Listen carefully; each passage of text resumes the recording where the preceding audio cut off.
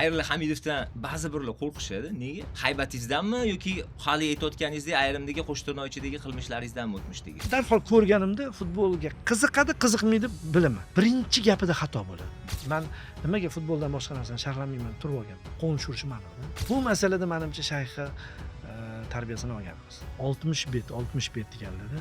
Nima deyapsiz? 60 bet narsa yozardim hozir shu Andijonga borib kelgunimcha to'yib. Pele Braziliyani ochgan, kartaga Braziliyani qo'shgan, lekin Cruyff ilmga aylandi. Messi, Ronaldolar chiqqan paytida qo'ydirdi. Biz Sheralni eshitib qo'yganmiz.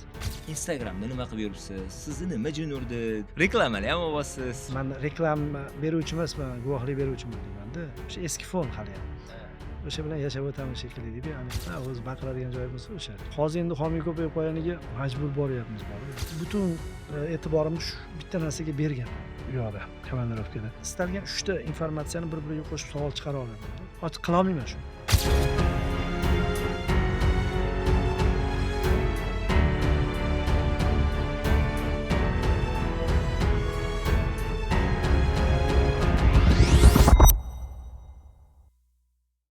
G'alati elat bu, g'alati el bu. Tushunib bo'lmaydi sira ham aytsam, bir jarlik ko'raman yo'l oxirida, oldinga yur deydi, orqaga qaytsam. Studiya mikrofonlar qarshisida Behzodbek Abrorov va bugungi podkastimiz Rostdan deb nomlanadi. Assalomu alaykum. Bugungi mehmonimizning albatta ta'riflarini juda ko'p va xo'p eshitgansiz. Ularning kasblari ham xuddi mendek jurnalist. Aytgancha, bugungi podkastimizdan avval men sizlarga bir narsani alohida ta'kidlashim kerak. Studiyamiz mehmoni bo'lgan insonlardan faqat rostini aytishga va nima bo'lgan taqdirda ham to'g'risini gapirishga kelishib olganmiz. Demak, ularni ko'pchilik sharhlovchi sifatida bilsa, eng ashaddiy muxlislari faylasuf deb nomlashadi. Men esa ularni oddiygina qilib Xayrullo Hamidov deb tanishtiraman. Assalomu alaykum. Assalomu alaykum. Xayrullo aka, siz bugungi suhbatimiz davomida biror marta ham sportni tilga olmasligingiz mumkin. Chunki kasbingiz tushunaman, shu bilan qon bilan kirgan jon bilan chiqadi deydi-yu. Bugungi suhbatimizda hayolot dunyoyingiz, maqsadlaringiz, shaxsiyatingiz haqida gaplashaman. Ya'ni nafaqat sizni ashaddiy muxlislaringizga, balki oddiy insonlar uchun ham Xayrullo Hamidovning boshqa qirralari haqida so'z yuritamiz. Albatta qiziq bo'ladi, ishoning. Demak, siyqasi chiqqan Realmi, Barsami degan savollarni berib o'tirmayman. Xayrullo aka, ko'pchilik bizani siz bilan yoshlar telekanalini tamal toshini qo'yganimizni bilmaydi. Bu tabiiy endi yillar. Qo'yganmizmi o'zi? 98-99-yilda yoshlar telekanal ochilgan paytda Yo'q, davr informatsion dasturiga tamal toshi borgansiz. deyilganda bir ikkita joylarda birinchi g'ish qo'yiladi-ku o'sha ishni. Menimcha biz o'sha narsaga etishga haqlimiz. Men bu narsadan faxrlanaman ham. Yo, men bir ichkari remont qilayotganda kelganman-da. Ichkari remont qilayotganlarda men sizdan sal oldinroq kelgan ekanman. O'sha paytda davr informatsion dasturiga kelgan paytingizni ko'rganman men o'sha paytda va o'sha paytdan Xayrullo aka bilan tanishmiz. Avtopatrul o'sha muallif boshlovchiligini o'sha paytda. Avtopatrul nechinchi yil chiqqan birinchi? 97. Ha, eski ekanda. 97 u paytda TV4 bo'lardi. 1900 ham yo'q, shunda 97. 1997 da endi. 1900 ham yo'q edi, demoqchiman, 97 eski. Xayrullo aka hamma narsani hazilga yo'yganlar. Ancha oldin ekanda. Men 98da san'atni ko'rsatuvga borganman. U Interfutbol ko'rsatuvi bo'lardi. 4-kanal bo'lardi-ku. Interfutbol san'atni yaxshi olib borardi o'sha ko'rsatuv. U yoshlarda emas edi. Yo'q, TV4 deydi, xalqaro telekanal deydi. Shunda o'sha soatiga orqali adalari Sharif orqali san'at kelib yurardi, futbol o'ynardi. Men tekstda yordam beradigan bo'lganman, chunki Yastadan chiqqanman-ku. Keyin bitta sahifa ochaylik degan, o'zingni maqolalaringni o'qib turasan boshqa degan ma'noda.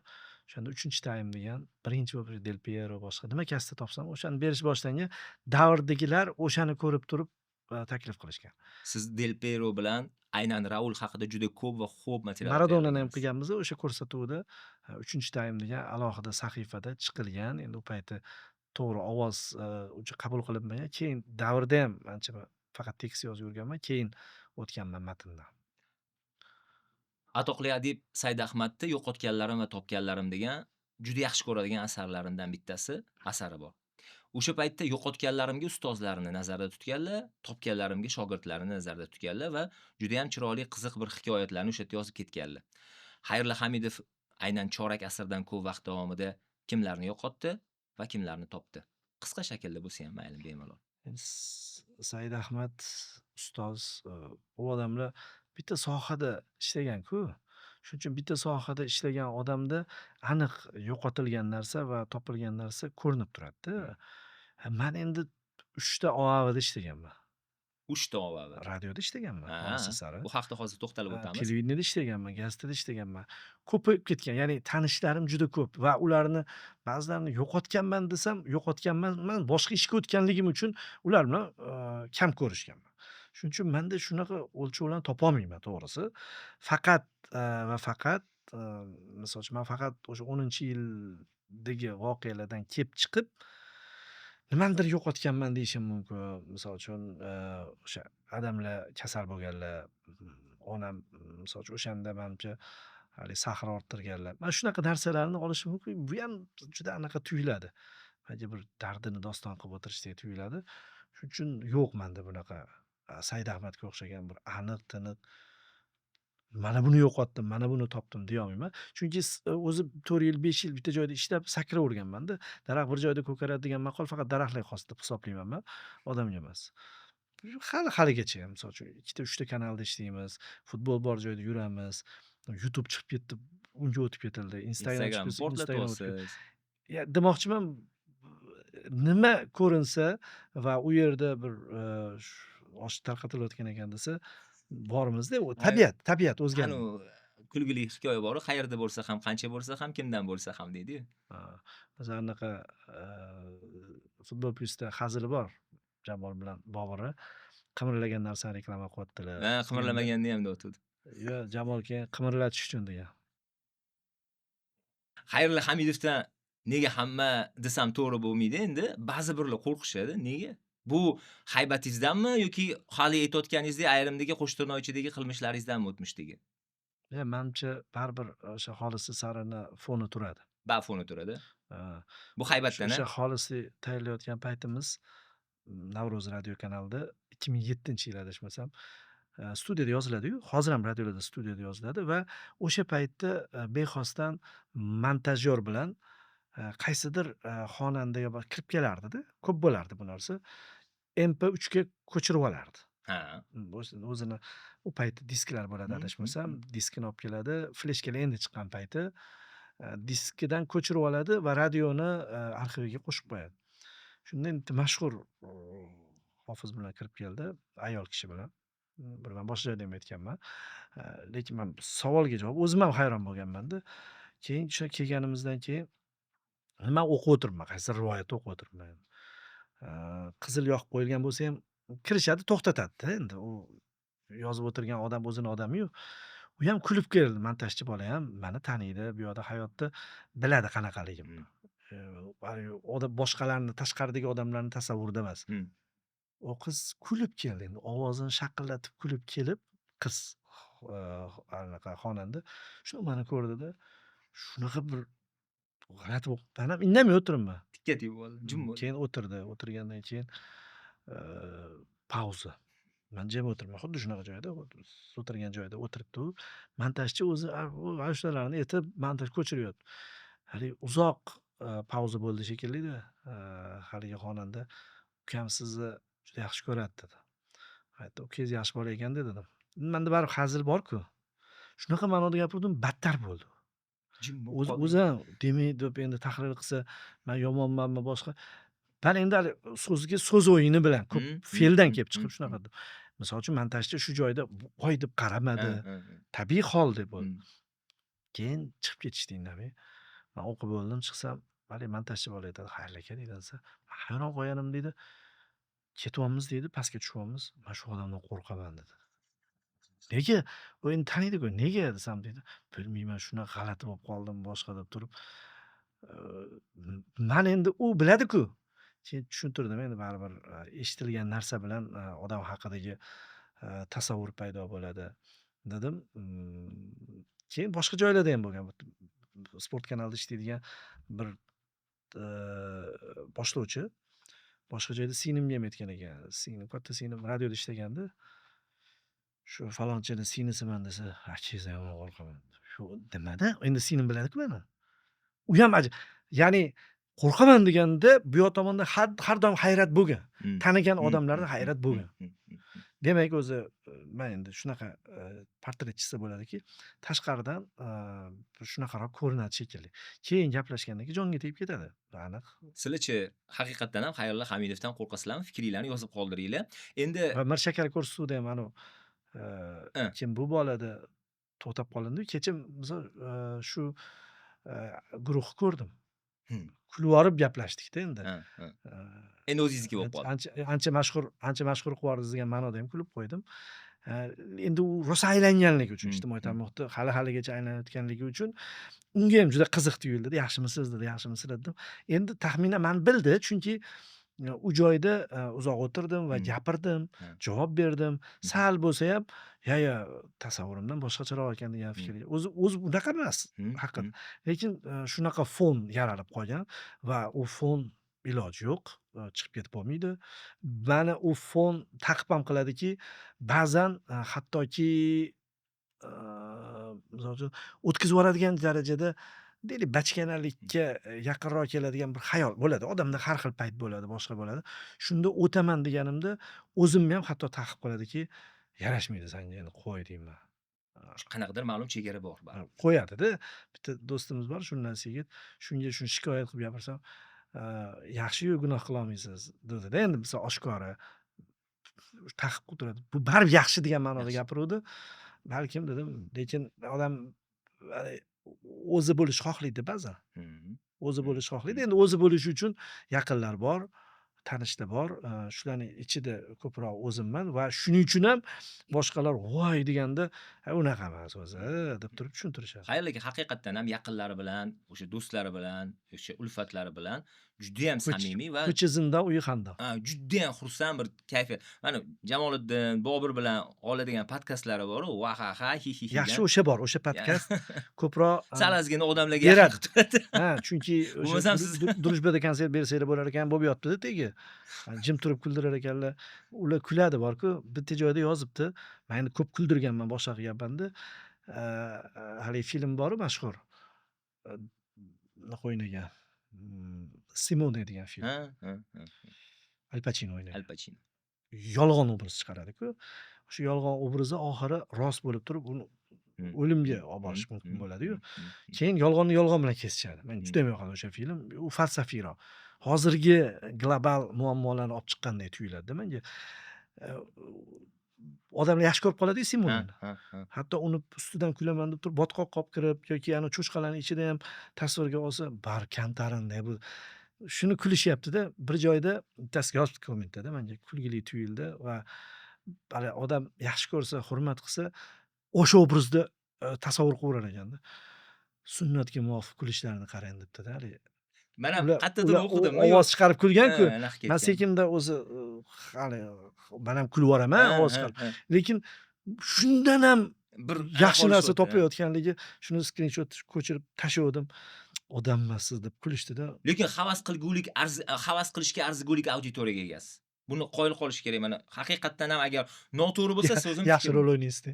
Yo'q, auditoriyaga egasiz. Haqiqatdan auditoriyangiz yaxshi, faol va sizni yaxshi ko'rishadi auditoriya. 99.9% masalan salbiy, negativ bo'lmagan bir bloger desam juda pastga urgan bo'laman. Bir ijodkorlardan bittasisiz. Bunga o'sha davr rol o'ynaydi. Baribir. O'sha men misol uchun Mashrab shoir sifatida men endi shoirlarga bir o'lchov bera olmayman. Cho'lpondan talantli bo'lmagan bo'lsa kerak deb o'ylayman. Mashrab she'rlarini o'qiyman. Endi Mashrab eshitgan odam bor-ku, nima deyapsan deydi, misol uchun Mashrab u deydi. Mashrab faqat o'sha ilohiy she'rlar yozganda. Turgan joyim balandda. Shunaqa ko'rinadi. Darajasi. Lekin Cho'lpon boshqa davrda yashagan. Cho'lpon umuman o'sha g'azaliyot eskirganligi uchun va talabga javob. Endi g'azal ham 10 yil olishga arzigulik gap bilan gapiryaptilar. G'azal janri 10 yil, 10 asr bardosh berib berganda va unda faqat o'sha qochirmalar, o'xshatishlar bir niqani ichida. Qolib deymizmi? Qolibning ichida va o'shaning ichida Ronaldinoni aytamiz-ku, podez ichida ham fint qila oladi. Shunaqa darajada kichik joylarda ham so'z o'yin qilganligi uchun Navoiy. Lekin bu ham tugaydi-da baribir. Tugab oxirida to'g'risi g'azalni darajasi tushib, aroba, ko'cha degan she'rlar ham yozish boshlanganda endi man hurmat Davr saqlagan. ruhiyatidan Ha, kelib chiqqan xolos. bu g'azalga tushmasdi. Ha. Buni vaqtida his qilgan Cho'lpon she'riyatni butunlay boshqa o'zaniga burib yuborgan.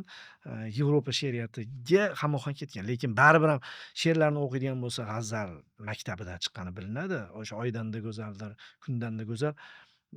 Umuman o'sha g'azal ritmida ketgan. O'sha cho'qqiga chiqib o'sha joyda qotgan. Shunaqa darajada umumiy maktab o'sha bo'lganligi uchun. Keyin o'sha she'rda faqat turkiy so'zlardan foydalangan ekan. Hozirgi to'rtlikka bejiz keltirib o'tirganim yo'q. Ya'ni yo'l oxiridagi jarlik va ortga qaytishga harakat qilsangiz ham sizni oldinga undayotgan olomon haqida. Ular kim edi aslida? Endi she'r to'g'risi bundan tashqari ham juda ko'p qaysidir to'rtlik, qaysidir she'rni bir sababi nuzulini bir axtarishga harakat qilishadi-yu, lekin man to'g'risi har joyda bitta gap gapiraman. Javobim bitta deb bemalol ayta olaman. Bu rost. She'r haligi topilmalar miyada g'ujg'on aylanayotgan paytda yoziladigan his-tuyg'u. Ya'ni uni aniq bir detallari yo'q. Mana buning uchun yozdim degan. Chunki bir-biriga paradoks bo'lgan so'zlar o'ynasa ko'p, juda ko'p shoirlarda bor bu narsa.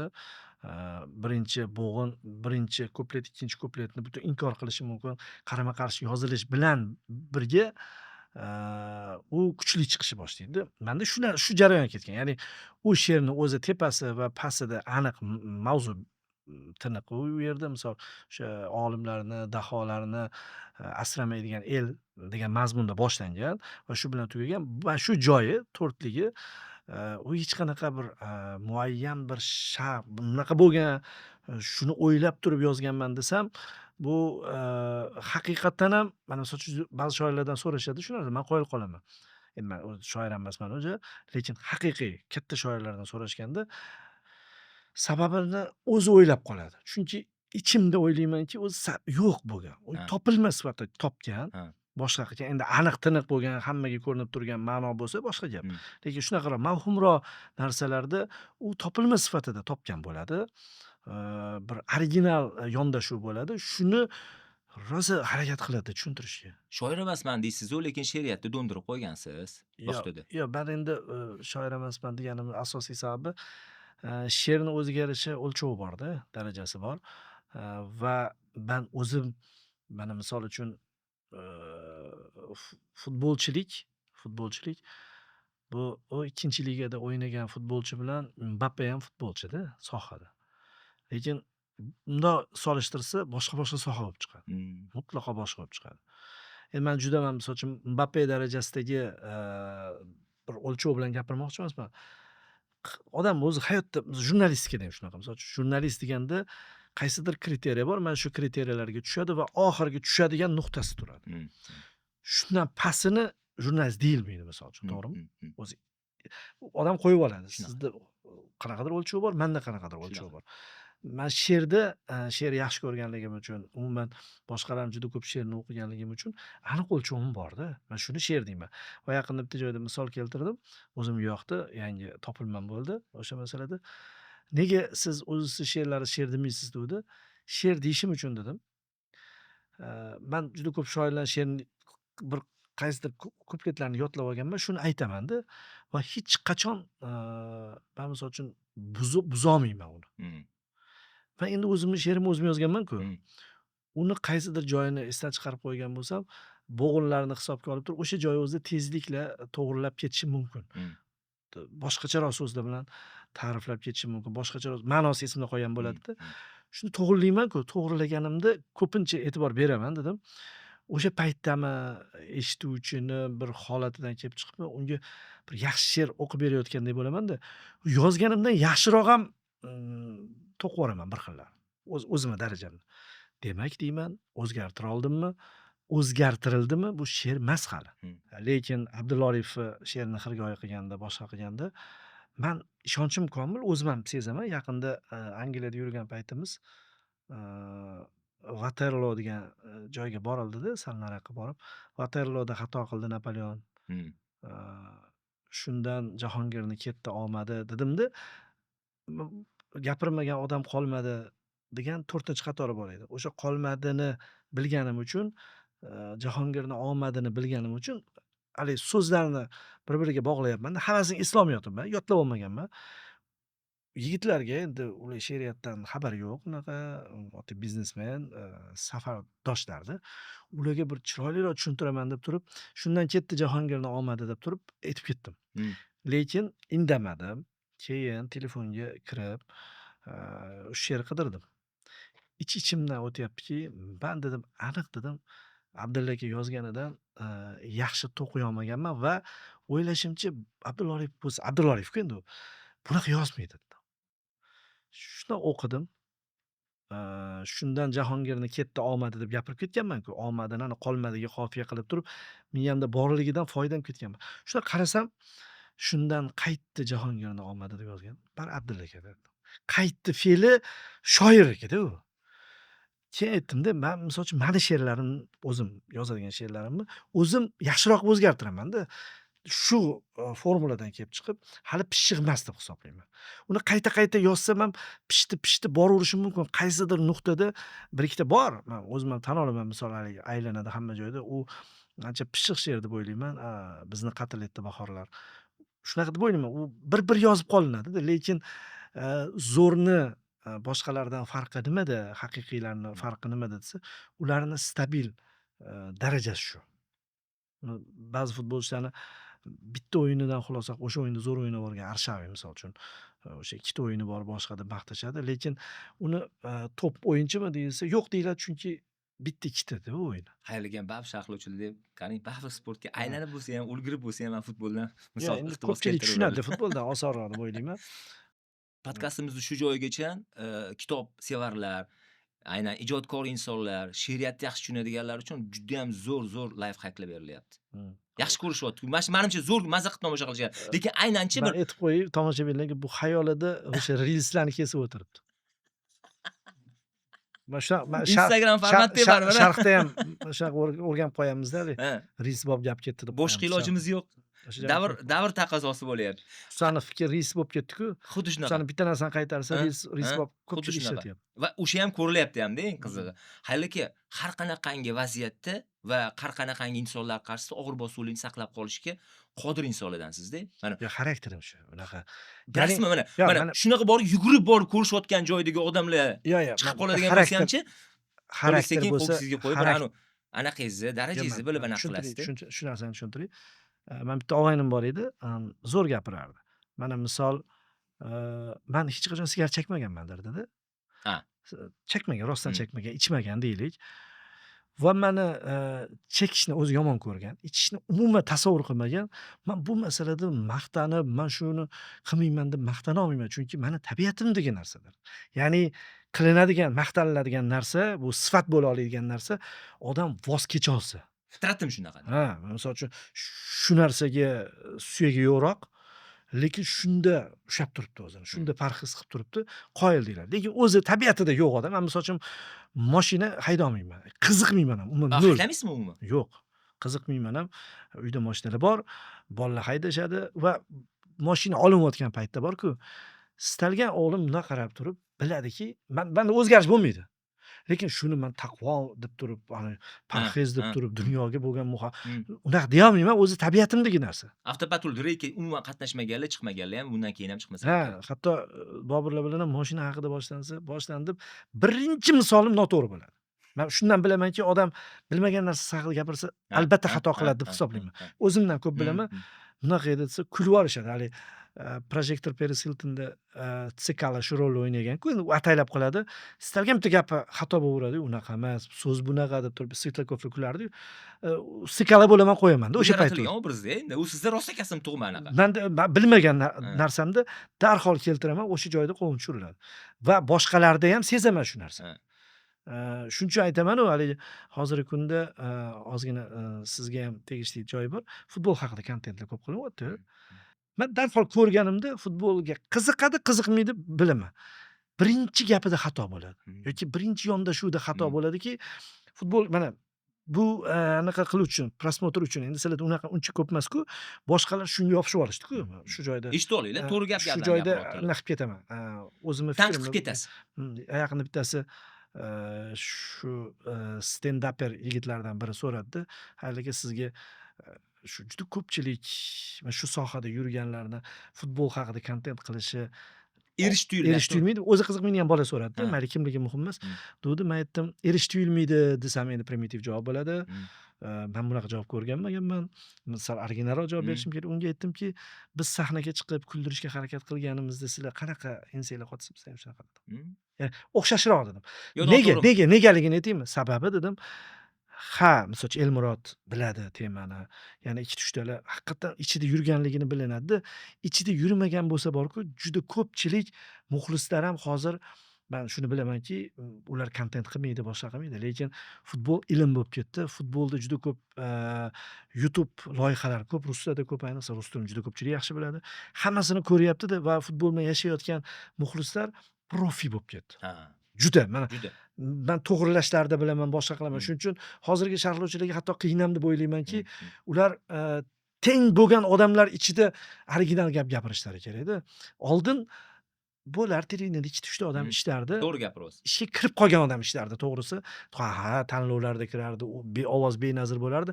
Ammo pastdagilarda u informatsiya yo'q edi. Mm. Mm. Hurmat saqlagan holda aytdim. Men ikkita davrda ishlaganman, bemalol qo'rqmasdan ayta olaman. Mm.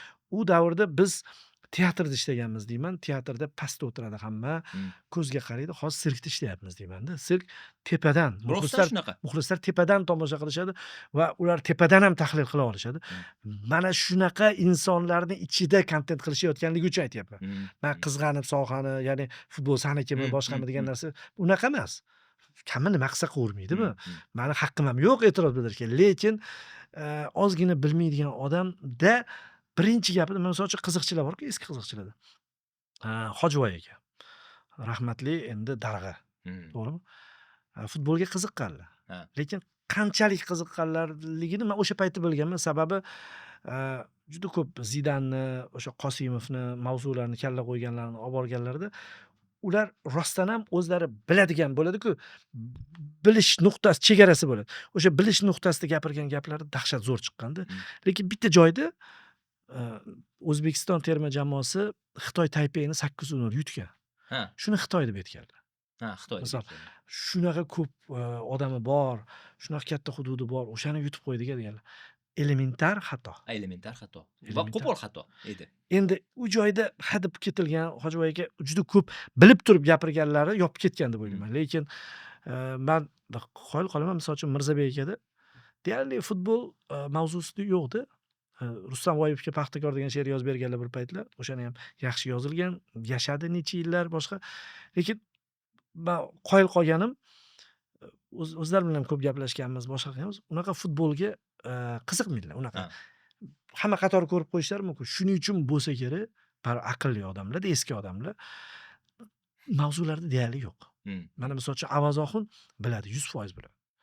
Avazoxun nisbatan shu Elmuroddan oldingi futbolda ichida yurgan qiziqchilardan bo'lgan. Keyin Iskandar Hamroqulov biladi. Aniq biladi. Realchiligi ham bor, boshqasi ham bor. Bunaqalar va bu odamlar gapirganda mavzu aniq-tiniqli bo'ladi. Kontent qilayotganlar bilsinki, bilmagan narsalar haqida gapirayotganda bilib turganlar buni naqadar g'alati qabul qilishlari mumkinligini. Biladiganlar bilan Va bilmaydiganlar. Qilichbozlik haqida gapirsa ham-ku, qilichbozlikni ko'pchilik bilmaydi-da, kam. Albatta. Lekin biladiganlar jahli chiqib ketib qoladi. Men nimaga futboldan boshqa narsani sharhlamayman, turib olganman. Boshqa narsani ko'rmayman hamda unaqa, ko'p kuzatmayman ham va qiziqmayman ham. Qiziqmaganimdan keyin birinchi gapimdayoq qovun tushirishim aniqda. Hamma O'sha- ish o'zini O'sha sohasini soha vakillari mutaxassisiga tomonidan berishish kerak. bir marta haligi Umid Ahmadjonov davrida Sambo federatsiyasigami, dzyudo federatsiyasigami mani bir haligi maslahatchi ma'nosida jo'natmoqchi bo'lishgan. Endi taniydi, boshqa qiladi. Men aytganmanki, men bilmayman, u sport turini bilmayman. Yo'q, bilmasangiz ham sizni bilishadi. U yerda nazorat, yana boshqa ishlar bor. Men qabul qilmaganman. Darhol javobni berganman. Yo'q, ular taniydi. Taniganligi xavfli dedim. Men taniqli bo'lmaganimda dedim, o'zimni hech bo'lmasa shu sohani biladigan qilib ko'rsatardim. Unaqa ham ko'rsata olmadim. yoqtiradi, unaqa emas. Ha, hali Men unaqa emasman. Madaniyat ma'rifat kanalida bir bo'limga bosh muharrir bo'lganimda o'zi yagona o'sha paytda lavozimli bo'lganimda deyman. Siz bo'lgan ekansiz-ku, biz 25 yildan beri lavozim nimaligini 3 bilmadik. oymi, 4 oy bo'lganman-da. O'shanda majlisda bor-ku. Majlis bo'ladi-ku, rahbar majlis qiladi. 40 ta odam o'tiribdi. Mana shoir opalar, shoira hamrolar bilishadi. Ular ham bo'lganlar-da. Eng zo'r davrimiz deb qo'yishadi. Eng zo'r davr bo'ladi albatta. Chunki men umuman rahbar bo'lmagan bo'lsam, nima deyishni bilmayman. Juda noqulay bo'lgan. Bunda kiramanda podkast bo'lardi-da. Gaplashib o'tirardim, boshqa qilardim. Keyin urushaman desam taniydi-ku. Juda ko'p narsani biladi-da. Mimikalarni ham, harakatni ham, tabiiylik, samimiy hamma narsani qanaqa me'yordaligini bilishadi. Shuni bilsa tovlana olmasdim-da. Suyunchi badiiy filmida rahmatli Obid Yunusov kamerani oldiga turg'izib qo'ysa, "O'rtoqlar, men nima deyman?" deydi. G'alati tuyulganda. Keyin oxiri hali bir o'rtog'imiz gapi bor edi. Yaxshi rahbar bilan yomon rahbarning farqi, yomon rahbar o'zi qiladi. Yaxshi rahbar qildiradi degan. Men yomon rahbar bo'lib turib, mana bitta kurs to'la qilib yurganman. Mana shunaqa kurs o'qilinadi deb turib, nisbatan bir o'rnak bo'lay deb turib, bahonada bir 7 ta 8 ta ildiz degan kursda o'qib olganman. Shu ham o'shalarga isbotlash uchun. Boshqasi qila olmaganman-da. Bilay desam, rahbarlik ham bilimda, rahbarlik ham buni eplagan eplaydi. Men qoyil qolaman rahbarlar bunda kuzataman-da. O'zini tutishi, shunaqa joyda keyinchalik gaplanishsa, eshikning orqasida boshqacha gapirishi mumkin-da xodimlarga. Biz bilan boshqacha gaplashib, kulishib, samimiy birdan o'zgarishi, bu ham bilim deyman-da. Buni ham qila oladigan qila oladi-da. Bizda o'xshamaydi-da. Ya'ni o'xshamasligining birinchi sababi tabiat unaqa emasdir. Lekin ikkinchisi ko'proq bilgani, narigi tomon bilib turgani qattiq gapirsa kulib yuborish mumkin-da. Unga qo'shilib men ham kulib yuboraman keyin. O'zaro suhbatlarda yaqinlaringiz bilan haqiqatdan ham hazilkashligingizni mana hozir aytib o'tdik. Endi donolik bilan har doim yonma-yonsiz. Men buni alohida ta'kidlamasam ham sizni obunachilaringiz bilishadi. Hozir javobli bilan esa o'rtoqsiz. Lekin o'zingiz bilanchi? O'zingiz bilan qanaqasiz? Yolg'iz qolishni yaxshi ko'radigan insonlardan bittasisiz. Manmi? O'zingiz aytdingiz suhbatdan oldin. Uni olmadik. Endi aytaveradi ham odam. Yolg'iz qolish menimcha bu o'sha paytdagi kayfiyatni taqozosi deb o'ylayman. Ya'ni har doim ham bo'lavermaydi-da. O'zi umuman Xayrli Hamidov o'zi bilan o'ziga qanday ta'rif bera oladi? Qanday inson? Men o'zi ko'p ishlab yurganim uchunmi, haligi temp baland bo'lganligi uchunmi, bir ikkita tanishlarimiz bor. Juda yaxshi samimiy, ko'p gaplashaylik degan ma'noda tinchroq joylarga tog' toshdagi taklif qilib qolishadi. Haligacha yo'q deb kelyapman, chunki vaqt o'tib ketadi deb hisoblayman. Bu masalada menimcha shayxga tarbiyasini olganmiz. Chunki men hazratdagi tempni ko'rardim. Va misol uchun to'yga ketayotgan bo'lsalar, Andijonga to'yga ketayotganlar, o'zlari aytib berganlar. 60 bet deganlar-da. Nima deyapsiz? 60 bet narsa yozardim hozir shu Andijonga borib kelgunimcha to'yda. Voy. Bilyapsizlarmi, sizlar nimaga xiyonat deb urishib tashaganlar. G'alati bo'lib qolganmiz deganlar-da. Aytaverardilar. Buni nimaga, qayerdan bilaman? Men o'sha mashinada bo'lmaganman. Ular kimdir kelib turib Surxondaryoga yoki uzoqroq joyga to'yga taklif qilganda, men shunaqa deb urishib berdim desa, hali odam tushunmay turibdi. Iltimos, biz niyat qilib qo'yganmiz turaverardi. 60 bet o'qirdim. Yozardim. Qarang, o'qirdim emas. Yozardi. Bir kunda 30 betga yaqin narsa yozilardi. Shuni qilmayapman, bilyapsizlarmi? Bu hammaniki degan ma'noda gapirganlar. U odam bilganlar-ku, hali men bashar farzandiman deydi erkin o'qiydi. U odam bashar farzandiligini bilganlar, odam o'zi biladi o'zini. Juda ko'p yolg'iz qolganman ham. O'zim bilan yetarlicha gaplashganman. Men yetadi deb hisoblayman. Shunga endi yolg'iz qolishda qachon bo'ladi? Odam o'zi yetib qoladi-yu. Va ko'proq menimcha sho'x-shodon, baxtli kunlarda bo'lmaydi bu narsa. Men qoyil qolaman, haqiqatdan to'g'ri topib gapirgan Tolstoy. Anna Karenинada baxtli oilalarni baxti bir-biriga o'xshash, baxtsiz oilalarni baxti bir-biridan baxtsizligi farq qiladi degan. Baxtsizlik boshqacha bo'ladi. Hammada har xil bo'ladi. Kimdadir bu kim baxtlilik o'xshashroq narsa bo'ladi. Shu yaxshi paytda balkim o'zi odam yolg'izlikni xohlamay ham unaqa shuni yechim sifatida ko'rmaydi. Lekin ana og'ir paytda butun dunyodan uzilib, boshqa bo'lib turib, o'zi she'r ham Men o'zim ham e'tibor beraman. Rosa harakat qilsam, boshqa qilsam futbol haqida she'r yozishim mumkin o'yindan oldin. Endi unda aniq-tiniq faktlar bo'ladi. Men futbolni bilaman. O'sha futbolni qofiyani bilaman, texnikasini bilaman. Bu she'r emas endi bunday o'ylab qarasa. Lekin haligi haqiqatdan dardli u odam o'qiganda zo'r yashab turgan bo'lsa ham Mercedes ichida eshitib ham "Vah!" deydigan she'rlar bo'ladi-ku. O'shanaqa she'rlar baribir og'ir paytda yoziladi va qiziq tomoni o'sha odamni anaqasimi deyman, chipqonimi deyman-da, chiqib ketadi. Yaxshi kunlarda katta-katta shoirlarni ham hayotida ko'rganman, boshqa qilganman. Texnika baribir zo'r yozganligi uchun, o'zi talanti beqiyos bo'lganligi uchun yaxshi she'r yozadi, lekin zo'r bo'lmaydi. O'zini she'ri bo'lmaydi. Men hozir yurgan, misol uchun, she'riyatdan uzoqlashib ketgan, amallarda yurgan juda ko'p tanishlarim bor. Tengqurlarimiz ham katta-katta shoir bo'lib qolishdi. Shularni ham ijodini ko'raman, she'rini o'qiyman, kanallari bor, boshqa borda. Bari zo'r so'zga usta deyman-da, lekin aniq u emas deyman. U bo'lolmaydi. Chunki Xudoy taolo insonni shunaqa yaratganki, bir tomonni siqib turibdi bitta narsa beriladi.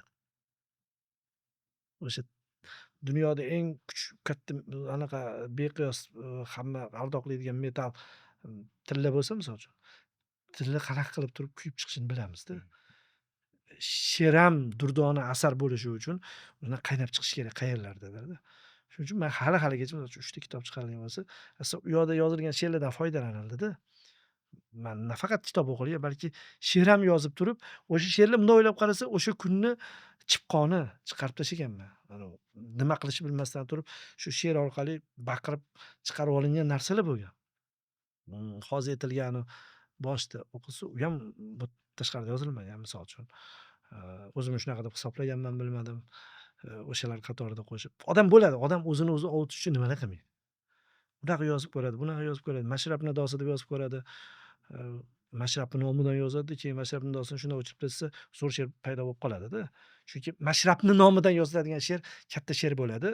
Misol uchun bemalol mashrabni nomidan hozir siz yozing desa, she'r emas, oddiy narsa yozing desa, dunyoga tupurdim, bu dunyo meni kovushimga arzimaydi deb yoza olasiz, mashrab nomidan yozayotganingizcha. Lekin mashrab shuni o'chirib qo'ysangiz, tepasini yozib bo'lganingizdan keyin o'ziz unaqa jur'at qilib yoza olmaysiz. Shunaqa texnika ham bor she'rda. Sarlavhani boshqacha qo'yib, aldab yozib olish. Yolg'izlik, qayg'u haqida gapiryapsiz mana. Osmonga qarasang, moviy osmonni dumaloq shaklda ko'rasan. Lekin men bir muddat osmonni to'rtburchak shaklda ko'rganman. Bu qanchalar og'irligini bilsangiz edi. Bu sizni qachondir gapirgan gaplaringizdan iqtibos. Endi savol: musaffo osmonni qadri naqadar ekan? Endi u endi jarayonda tug'iladigan gap u, menimcha, haqiqatan ham men u yoqda gapiruvdim. Bir ikkita shunaqa filmlar qo'yib berishganda chiqadi-yu tashqariga chiqib turib osmonga qaraganda, men endi u yoqda originalroq gapiray deb turib tanishlarimdan bittasiga aytuvdim. Nega osmonga qaraydi odam bilasizmi? O'sha yerda to'qigan edim o'zi. To'qima. Chunki osmon kenglik ramzi. Osmonda uchadi odam. Bepoyonlik, cheksizlik, ha? Shuning uchun qarasa kerak. Chunki unda juda katta hududni ko'ra oladi odam. Yerda qayergacha ko'radi? Astronomgacha ko'radi odam. Yer endi ko'rish mumkin bo'lgan chegara bor-ku. Osmonda yo'q-da chegara. Osmonning chegarasi bor. U naryoqda biz Avstraliya ko'rayotgan osmonni qismini ko'ra olmaymiz. Lekin yerdan ko'ra ko'p. Shuning uchun deganman, keyin deganman, manaqada ichkarida to'g'ri burchak bo'lib ko'rinsa kerak desam, kulib yuborishdi. U joyda alam va kulgi aralashib chiqqan. Balkim shukr ma'nosida ham bo'lishi mumkin. Har xil talqin qilsa bo'ladi. Hozir boshqa shoir boshqacha talqin qilib berishi mumkin. Butunlay bepoyonlikka, boshqasini bo'ldi, chiqdi, ozodlikka chiqdim degan ma'noda ham talqin qilishi mumkin. Ikar voqealari bor-ku, misol uchun, o'shalar ham bir erkni xohlab turib uchgan deyishadi, keyin qulagan. Juda ko'p ma'nolari bor va o'sha ma'nolar borligini inson tabiatan biladi, fitratan biladi. Shuning uchun boshini ko'tarsa kerak. Bu yerda bir mo'jizaviy anaqa ham emas o'zi, topilma ham emas, boshqa ham emas. Tabiatdagi narsa. Faqat ko'chadagi odamlar o'zi menda intervyularda ham nimaga, misol uchun, shu tema gapirib ketilsa, u yoq gapirib ketilsa, suhbatlashuvchini o'zi, intervyuer o'zi ham indamay o'tiraveradi. Ketaveradi, gapiraversin deydi. Nega deyilsa, mavhum olamda. Hmm. Endi Qancha gapirsangiz ham Ha. yeyveradi. bilmaydi, narigi Ha. eshituvchi odam bilmaydi. Hmm. Va ko'cha-ko'yda ham gapirib boshqa qilsa, man kulaman o'sha yerda bo'lgan yigitlarga hikoya qilayotganinglarda so'rab olinglar. Bormi o'tirgan, bormi, yo'qmi deb. Bor bo'lsa chegarada u yog'ini ovoraversa, hazil-huzul gapiriladi. U ham qaysi davrda bo'lgan bo'lishi mumkin. Xuddi armiyaga borib kelgan odamman, deb bo'lganman deydi-ya. Ha.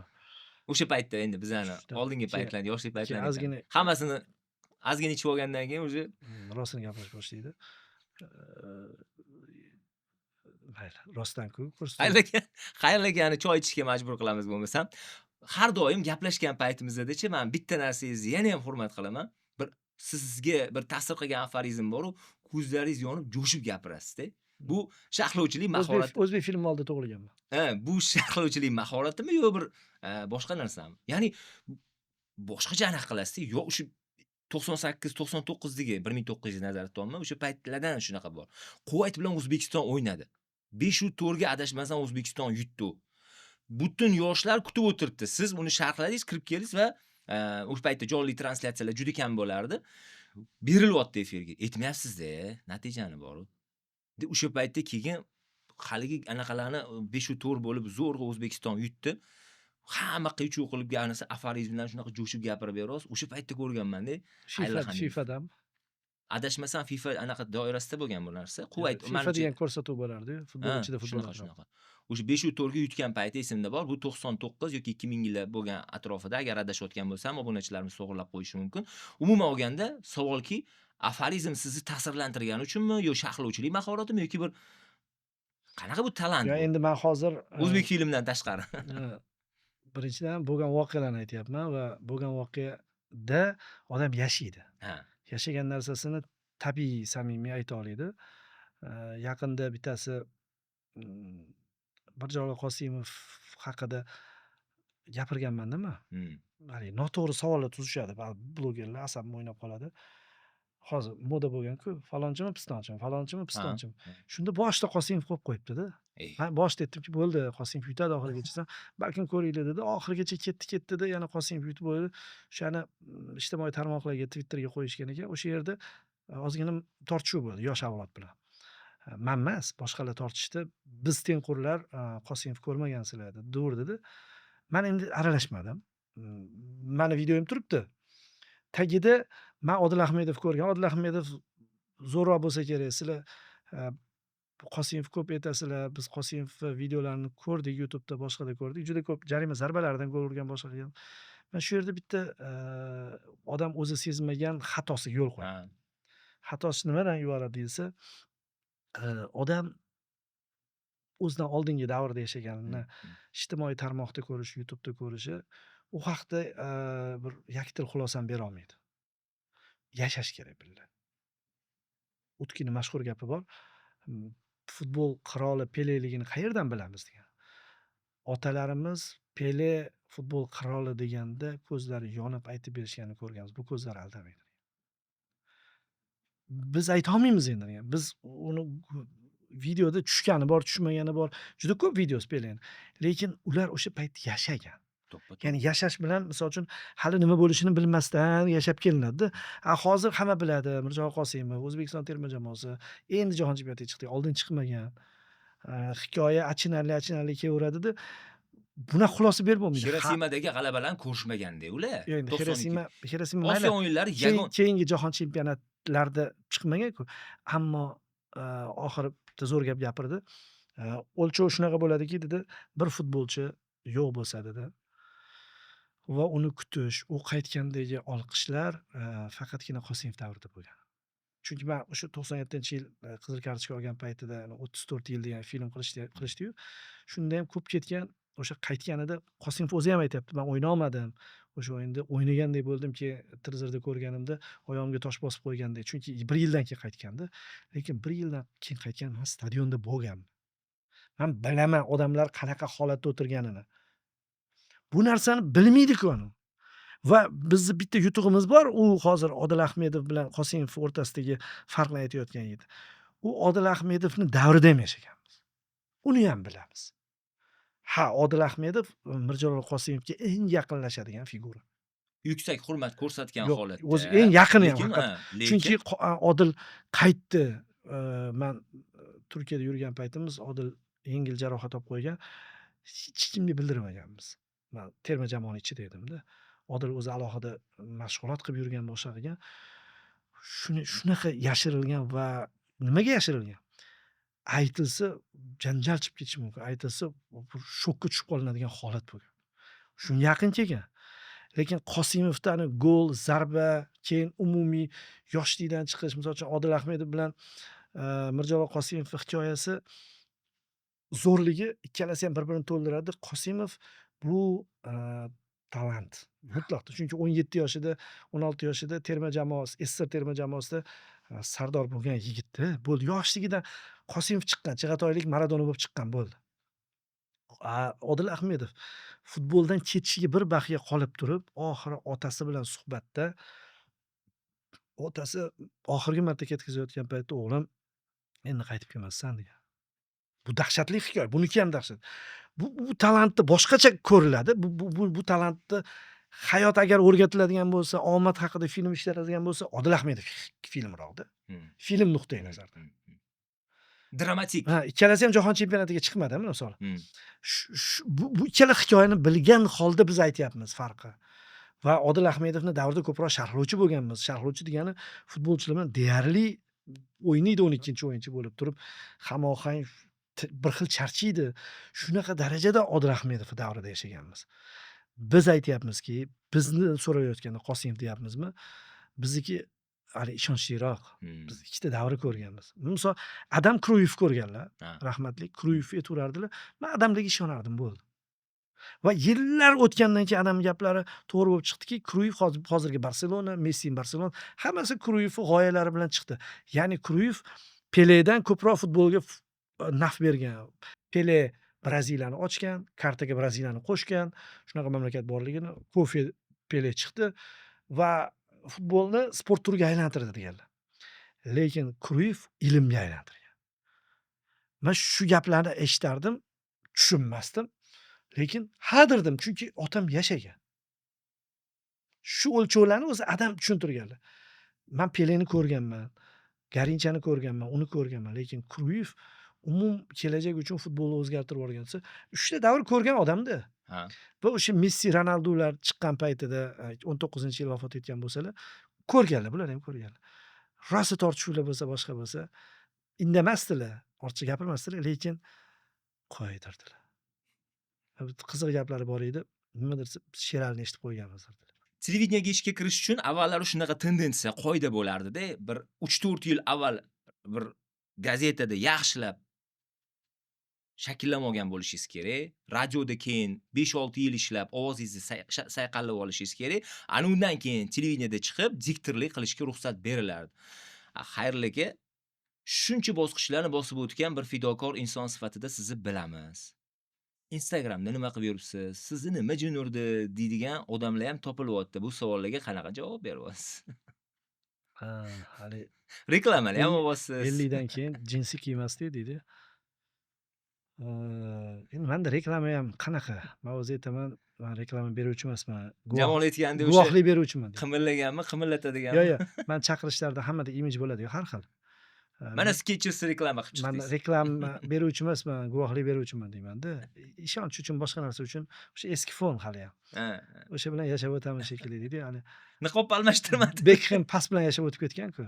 Biz ham bitta narsa bilan endi bu narsa men o'zi tabiatan bir moslashuvchanman. Endi ayollarda moslashilgan kerak payti odam tushdimi, demak o'sha joyga moslashish kerak. Men yoshligimda tush ko'rganman. Va shu tushim menga ibrat bo'lgan. Qanaqa ma'noda? Balkim ta'vili shu u yoqqa borganim ham bo'lgan. Robinson Kruzoni men filmini 2-3 marta ko'rgan bo'lganman yoshligimda. Filmini ko'rgansizlar endi, hamma ko'rgan u. Yoqadi. Keyin kitobini o'qiganman. Birinchi marta 2006-yil, 2007-yil kitobini o'qiganman. Ungacha rostdan Robinzon Kruzoni o'sha Daniel Defoni kitobini o'qimagan bo'lganman. Endi filmni ko'rib o'sganmiz-ku. Ha. Filmni ko'rgandan keyin odam o'qimas ekan. Ko'p narsa o'tgan kunlari Ha, shuncha ha. targ'ibi juda kuchli ketyapti-yu, iltimos o'qiylik, kitob boshqa deyapti-yu hamma. O'shaning uchun Gabriel Garcia Marquez Yolg'izlik 100 yilini kino qilishga ruxsat bermagan. Kino yoqib bo'lmaydi uni. Bitta odamlar ismlar chalkashib ketib xullas bo'lmaydi. Men ana uni film qilishganda jinnim bo'ladiganman. Usta Margarita bor-ku. Ha. U kino kitobda-ku mayli bir narsalarni tasavvur qilish mumkin. Bunda shu odam yuradi-da. Yalang'och bir narsalar. Qabul qilib bo'lmagan. Ular estetika bir narsalar deb turib, san'at asari deb aytishadi filmini ham. Lekin men qabul qilaman. Ozgina ko'rganman, ko'rib ham bo'lmaydi-da. Umuman Dekameron 36+ da. Ikkita 18+ demoqchiman-da. Shaytonman-da. Men anaqa o'qiganman, Robinzon Kruzoni o'qiganman. O'qiganimdan keyin tush ko'rganman. Tushimda xuddi Robinzon Kruzoga o'xshab turib, xuddi o'sha joydan boshlab turib orolga tushib qo'yaman. Va tushim yaqqol esimda, chunki juda esimda qolib ketgan, xursand bo'lib ketganman. Uyg'ongandim. Bundan boshqa biron bir tushda uyg'onganimda bunchalik xursand bo'lmaganman.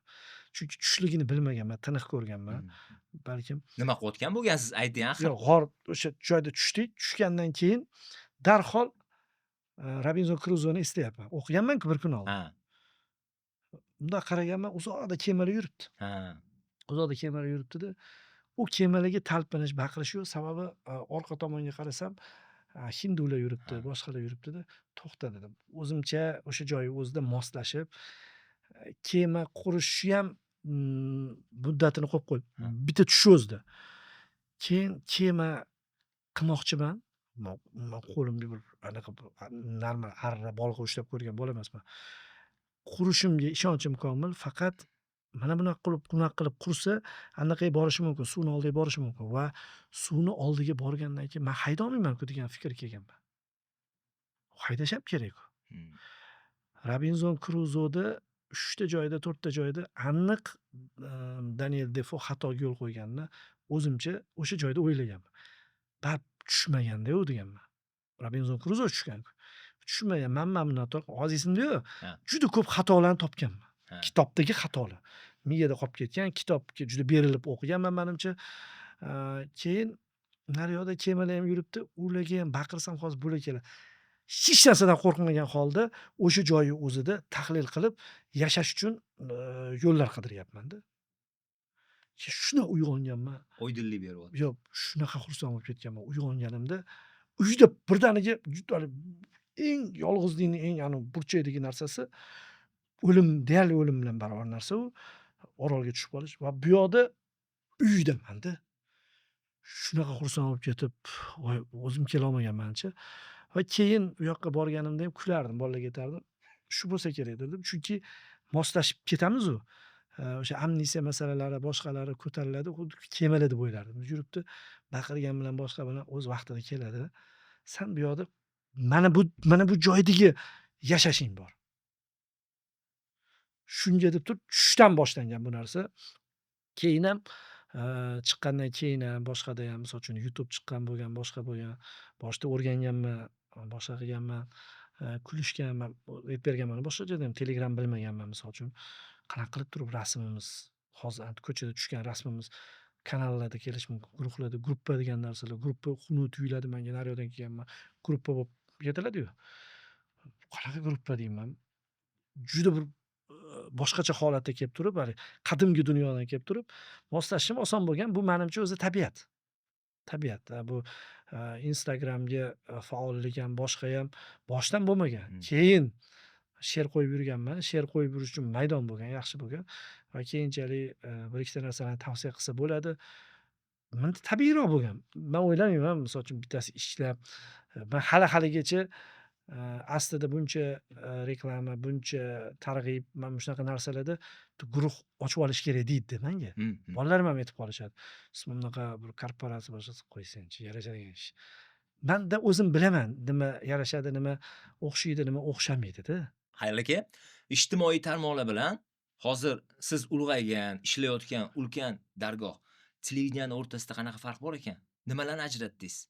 Erkinlikmi yoki boshqa narsalarmi? Qanaqa narsalar ko'zga tashlanyapti? Endi boya bitta joyda siz blogerda bo'lmaydi deb ketdinglar-yu, o'zi rostdan ham shunaqa. Sababi, aaa, men blogerlarga qoyilman qolaman kontent qilishda. Chunki bizdagi juda ko'p kontentlar o'zi sharhimiz. Ya'ni qilib yurilgan ish va, ijtimoiy tarmoqlar bizni, qo'shimcha ishimizda, ya'ni bonusda.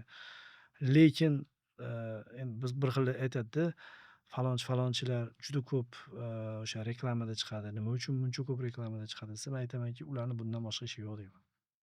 Ular shunga chiqqan. Daromad manbai shu. Shu, uni ishi. Hmm. Bizni ishimiz sharhlovchilik deyman.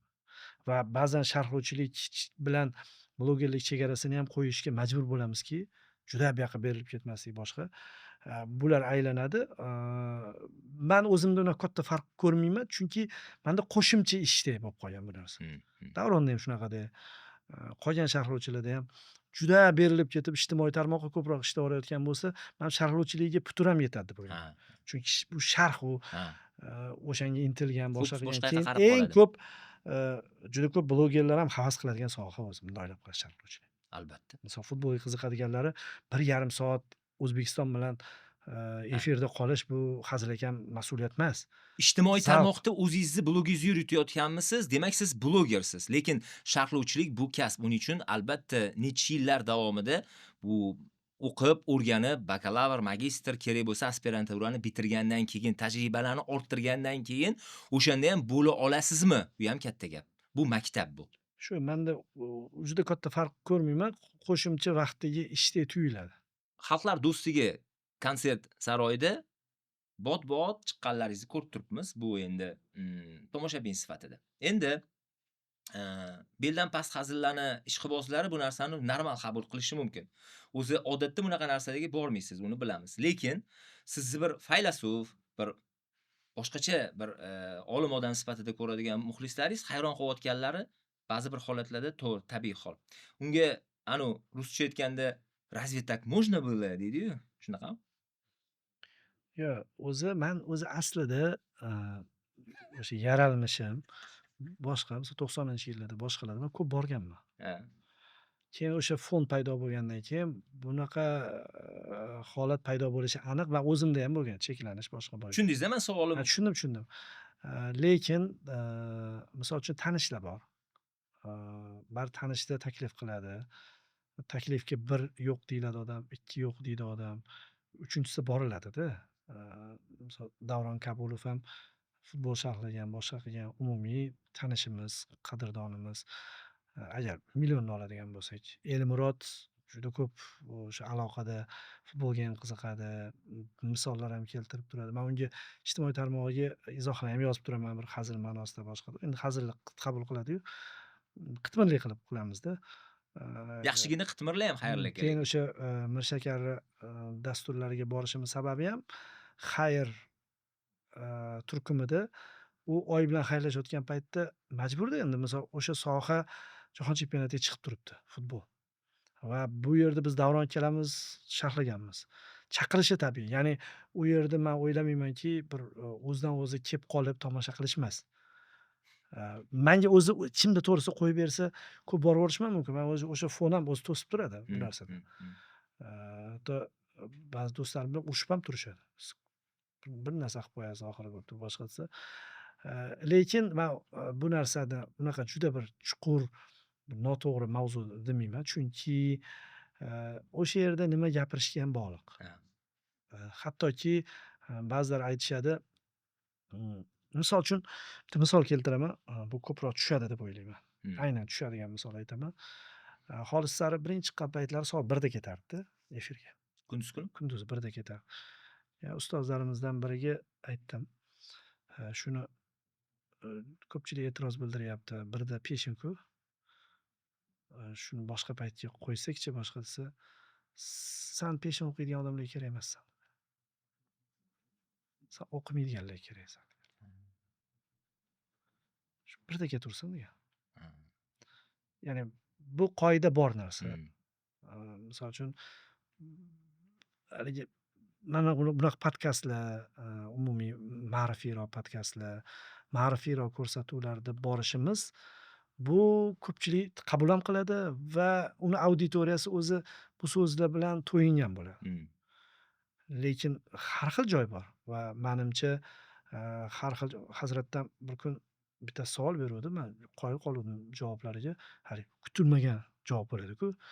Ramazonda otpuska olib turib, ishdan ketsam bo'ladimi deganda, Ha. yo'q, aynan Ramazonda ishlaysiz deganlar. Ramazonda oldingilar katta-katta jang, bir narsalar shu g'ala-g'ovur ichida yashashgan. Siz ko'rsatishingiz kerak.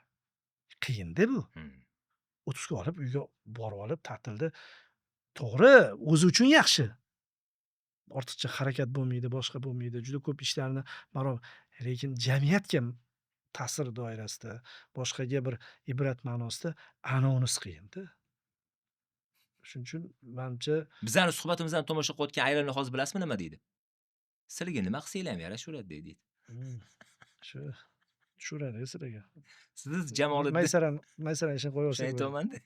Siz Jamoliddin Bobur podkastinglar bor-u, sizlarni ma'lumot berishinglarga, eshitayotgan odamlarga qaraganda, sizlarni kulginglarga qiziqib ko'radiganlar ko'p ekan. Sizlar bilan Bobur zo'r kuladi-da. ha, baravar xandon otib kuladiganlar. O'zinglar ham maza qilsanglar kerak o'sha podkastda. Shu ani kuni Bobur 2 hafta boshlovchi bo'lmayman, boshqa boshlovchi. Ha, shunaqa dedi. Degdim, men aytdim, gap boshlovchida emas deb. O'sha podkast o'zinglardan ham ancha g'uborlarni ketkazib yuborsa kerak-a. Ha, o'zi baqiradigan joyimiz o'sha. Hozir endi homiy ko'payib qolganiga majbur boryapmiz borib, kostyum shimlar kiyib boshqa qilib. Men Mana misol homiy uchun- bo'lmasa ham kostyum shimlar kiyib olgan. Ha, yo'q, o'sha homiyga kelish uchun-da. Bobur misol uchun o'sha ketaman dedi. Ha. O'rniga boshqa boshlovchi keladi. Nima farqi bor? Boshlovchi-yu dedi. Farqi misol uchun Sanjar menga boshlovchi sifatida yoqadi. Hmm. Sanjar Shams. Yaxshi olib boradi, o'zini loyihalarini yomon olib bormaydi. Lekin o'sha Boburdagi plus narsalar bor. Keyin Bobur bilan bizni o'rtamizda yaqinlik bor-u. Ha. Juda ko'p narsalarga imkon Baryerlarni olib tashlaydi. olib tashlaydi. Sanjar o'zi ham ustoz deb qarab turadi, ustozlarim deb qarab turadi. Xijolat bo'ladi, Ha. boshqa bo'ladi. Harakat qiladi. Harakat qilayotganini ham bilib turadi-da odam. Ha, ha, ha. Va hech futbol haqida gaplashib turamiz Jamol akalamizda. Ha, ha. Ana unda masxara ham bor, hamma narsa bor-da. Bobur natiq gaplashadi. Va bu yerda gap ko'proq Boburda. Misol uchun biz Jamol bilan qaysidir podkastga borsak, Jamol ikkalamiz, Bobur bo'lmasa, biz ham bir-birimizni hurmat qilgan bir chegaralarimizda to'xtaymiz. Bobur bo'lsa o'sha chegara ham buziladi-da. Jamol ikkalamizni o'rtamizdagi anaqada Jamol to'xtab qo'ya qoladi yoki men qaysidir joyda Bobur qo'ymaydi o'sha to'xtashga. Uchovlon bitta bo'lsanglar, o'sha- yeb tashlaysizlar Bu yerda xullas. asosiysi Bobur demoqchiman-da. Ha, ha. Bobur juda ham muhim figuraki, u bog'lovchi. Hmm. Ko'pchilik endi hali men misol uchun men bo'lmasam ham Bobur bilan Jamol rosa kulib o'tirisha oladi. Jamol ham bo'lmasa, Bobur ikkalamiz kulishib o'tira olamiz. Bu yerda Bobur bor-da. Jamol ikkalamiz birdan analitik bo'lib olishimiz ham mumkin. Ha, ha, ha. Uzoq vaqt hech qanaqa kulmasdan, boshqa Hmm, qilmasdan, hazillashmasdan ketishimiz mumkin. Bir ikkita hazillashsa ham u davom ettirmasligi mumkin. Ani davom ettirib ketib qoladi-da. Shuning uchun hali muhim ajralmas zveno hisoblanadi. Bobur xislatlarini ta'kidlab o'tdingiz. O'zi insonda qaysi xislatlarni ko'proq qadrlaysiz? Insonda umumiy. Endi hammada qanaqadir tabiat bo'ladi. Ha. Mana o'sha tabiati samimiylikka yo'g'rilgan bo'lsa, men hurmat qilaman. Mana Bobur misol uchun borini gapirib tashlaydi. Boridan ham ortiqchasini gapirib yuboradi.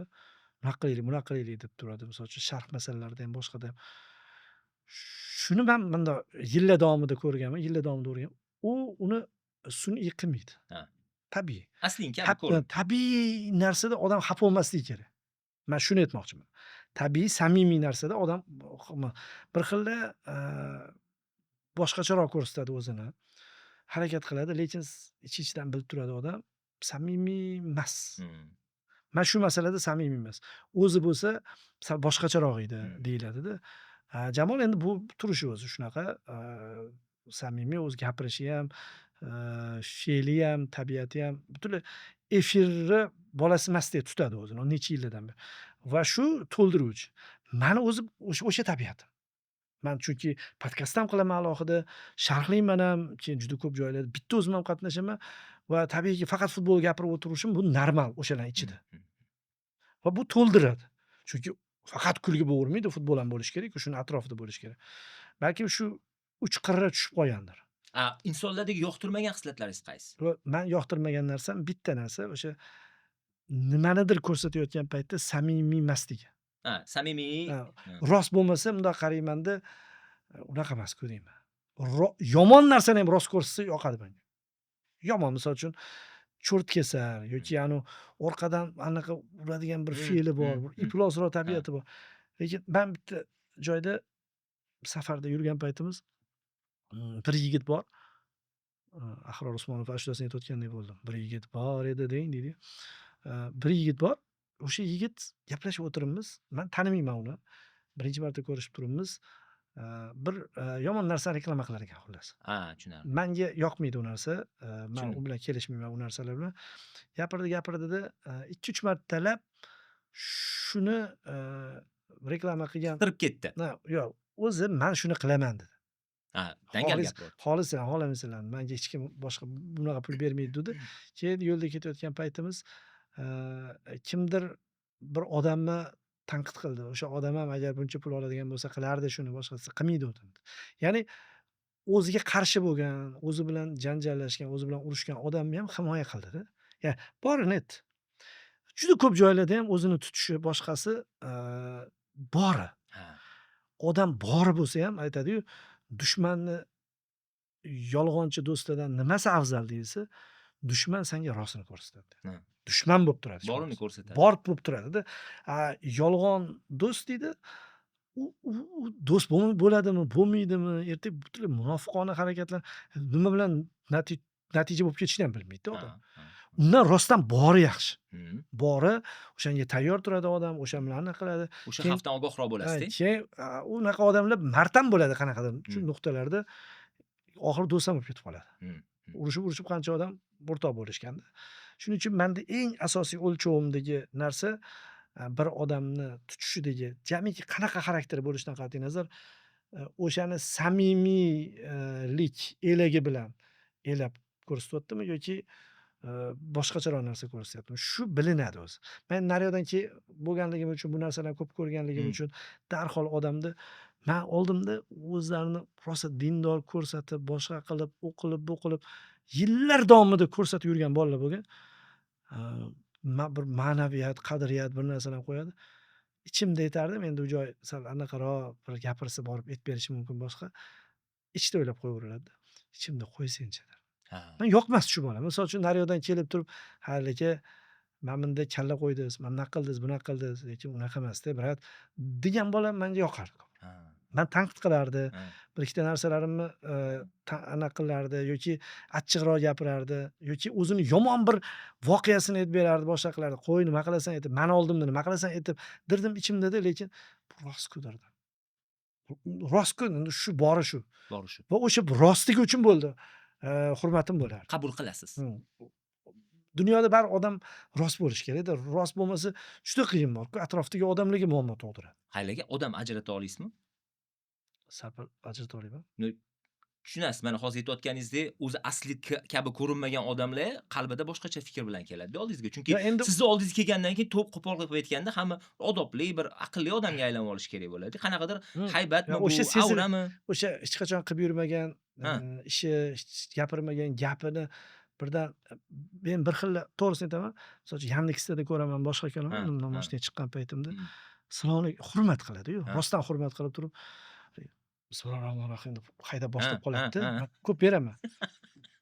Bilaman uni. Buni yomon ko'rmayman. Bunda emas, birinchi marta ko'rib turgan odamda emas. Unda u boshqa samimiyat bo'lishi mumkin. Ya'ni odamni hurmat qilib turib, bu gap bunda emas, bu turgan yo'lda deb turib hurmat qilish u boshqa narsa. Ajratib qo'ymoqchiman shu narsani. Lekin yillar davomida ko'rasiz uni, ko'rasiz, qayerdadir ko'rasiz. U taniysiz. Umumiy taniysizda bir etika qo'mitasida bir kun bir ish ko'rilyapti. Men etika qo'mitasida ham ishlayman anaqada, futbol uyushmasida, assotsiatsiyasida chetga odamlar jalb etiladi. Mumkin emas federatsiyada ishlash. Chunki manfaatlar to'qnashuvi kelmasligi kerak. Etika har xil pullar olinadi, hakamlarga pul beriladi. O'sha narsa ko'riladi. U jinoiy javobgarlikda yo'q. Axloq kodekslarida bor. Shunda bir hakam kirdida hikoyasini boshladi. O'zi qilg'ilin qilib qo'ygan, kelib turibdi. Oshkor bo'lgan u ish misol. Bunga o'tganligini, hikoyasini hamma joyda asr o'qib oldim deydi, shom o'qib oldim. Hamma joyda o'qigan. Oxiri asabim o'ynab ketyapti-da. To'xta endi dedim oxirisi. Agar shu ishni ham qilib turib qilgan bo'lsangiz rasvo dedim. Hozir sizlarni oldingizga kelishdan oldin o'zi ham tutib olganmidim dedi. Yo'q, o'sha narsangiz o'zi shunaqaroq ham bola, unda anaqa yo'q. Lekin u bilib turibdi, shu sal manfaat berib qolarmikin deb misol keltiryapti deb o'yladim-da men. Chunki shu joy kerak emas. Agar shuni qilib turib, shu ishni qilgan bo'lsangiz, Undan ham battar. battardim, 2 barobar. Hozir boshqacha chora ko'riladi deb Qilmadim dedim. O'zim ham xijolat bo'lib ketdim, keyin to'xtatdi. O'zi ham xijolat. Baribir o'zbekimiz, boshqamiz noqulaylik bo'ldi, lekin to'xtatmasam bo'lmadi. Ha. Chunki bu yog'iga juda qanaqa bo'lib chiqardi-da. Xunuk holat. Ha, uni har bitta joyga tushganda qaysidir vaqtga ulgura olmayotganligini aytib beryapti-da. Shunaqa shoshganmiz. Bir chidadim, 2 chidadim, oxiri to'xtadi. Xayrli aka, anaqalar nima deydi? Qiziqtiradigan savollarga endi kelyapmiz-da. Hozir yo'l-yo'lakay kelayotganda hamchi zinadan tepaga 3-qavatga chiqyapsiz-da podkast studiyamizga, montaj qilyapsiz. Ulguryapsizmi ishlarga? Nimaga ulgura Shu payt olmayapsiz? kelib qoldi-da, o'zi boya sehrli chapaqay. Shuni o'zi menga oddiy tashlab beruvdi. Shuni Instagramga qo'yib yubormoqchi bo'ldim endi mehnat qilingan. Men misol uchun umuman reklama emas-da shu. Ha. Umuman reklama emas.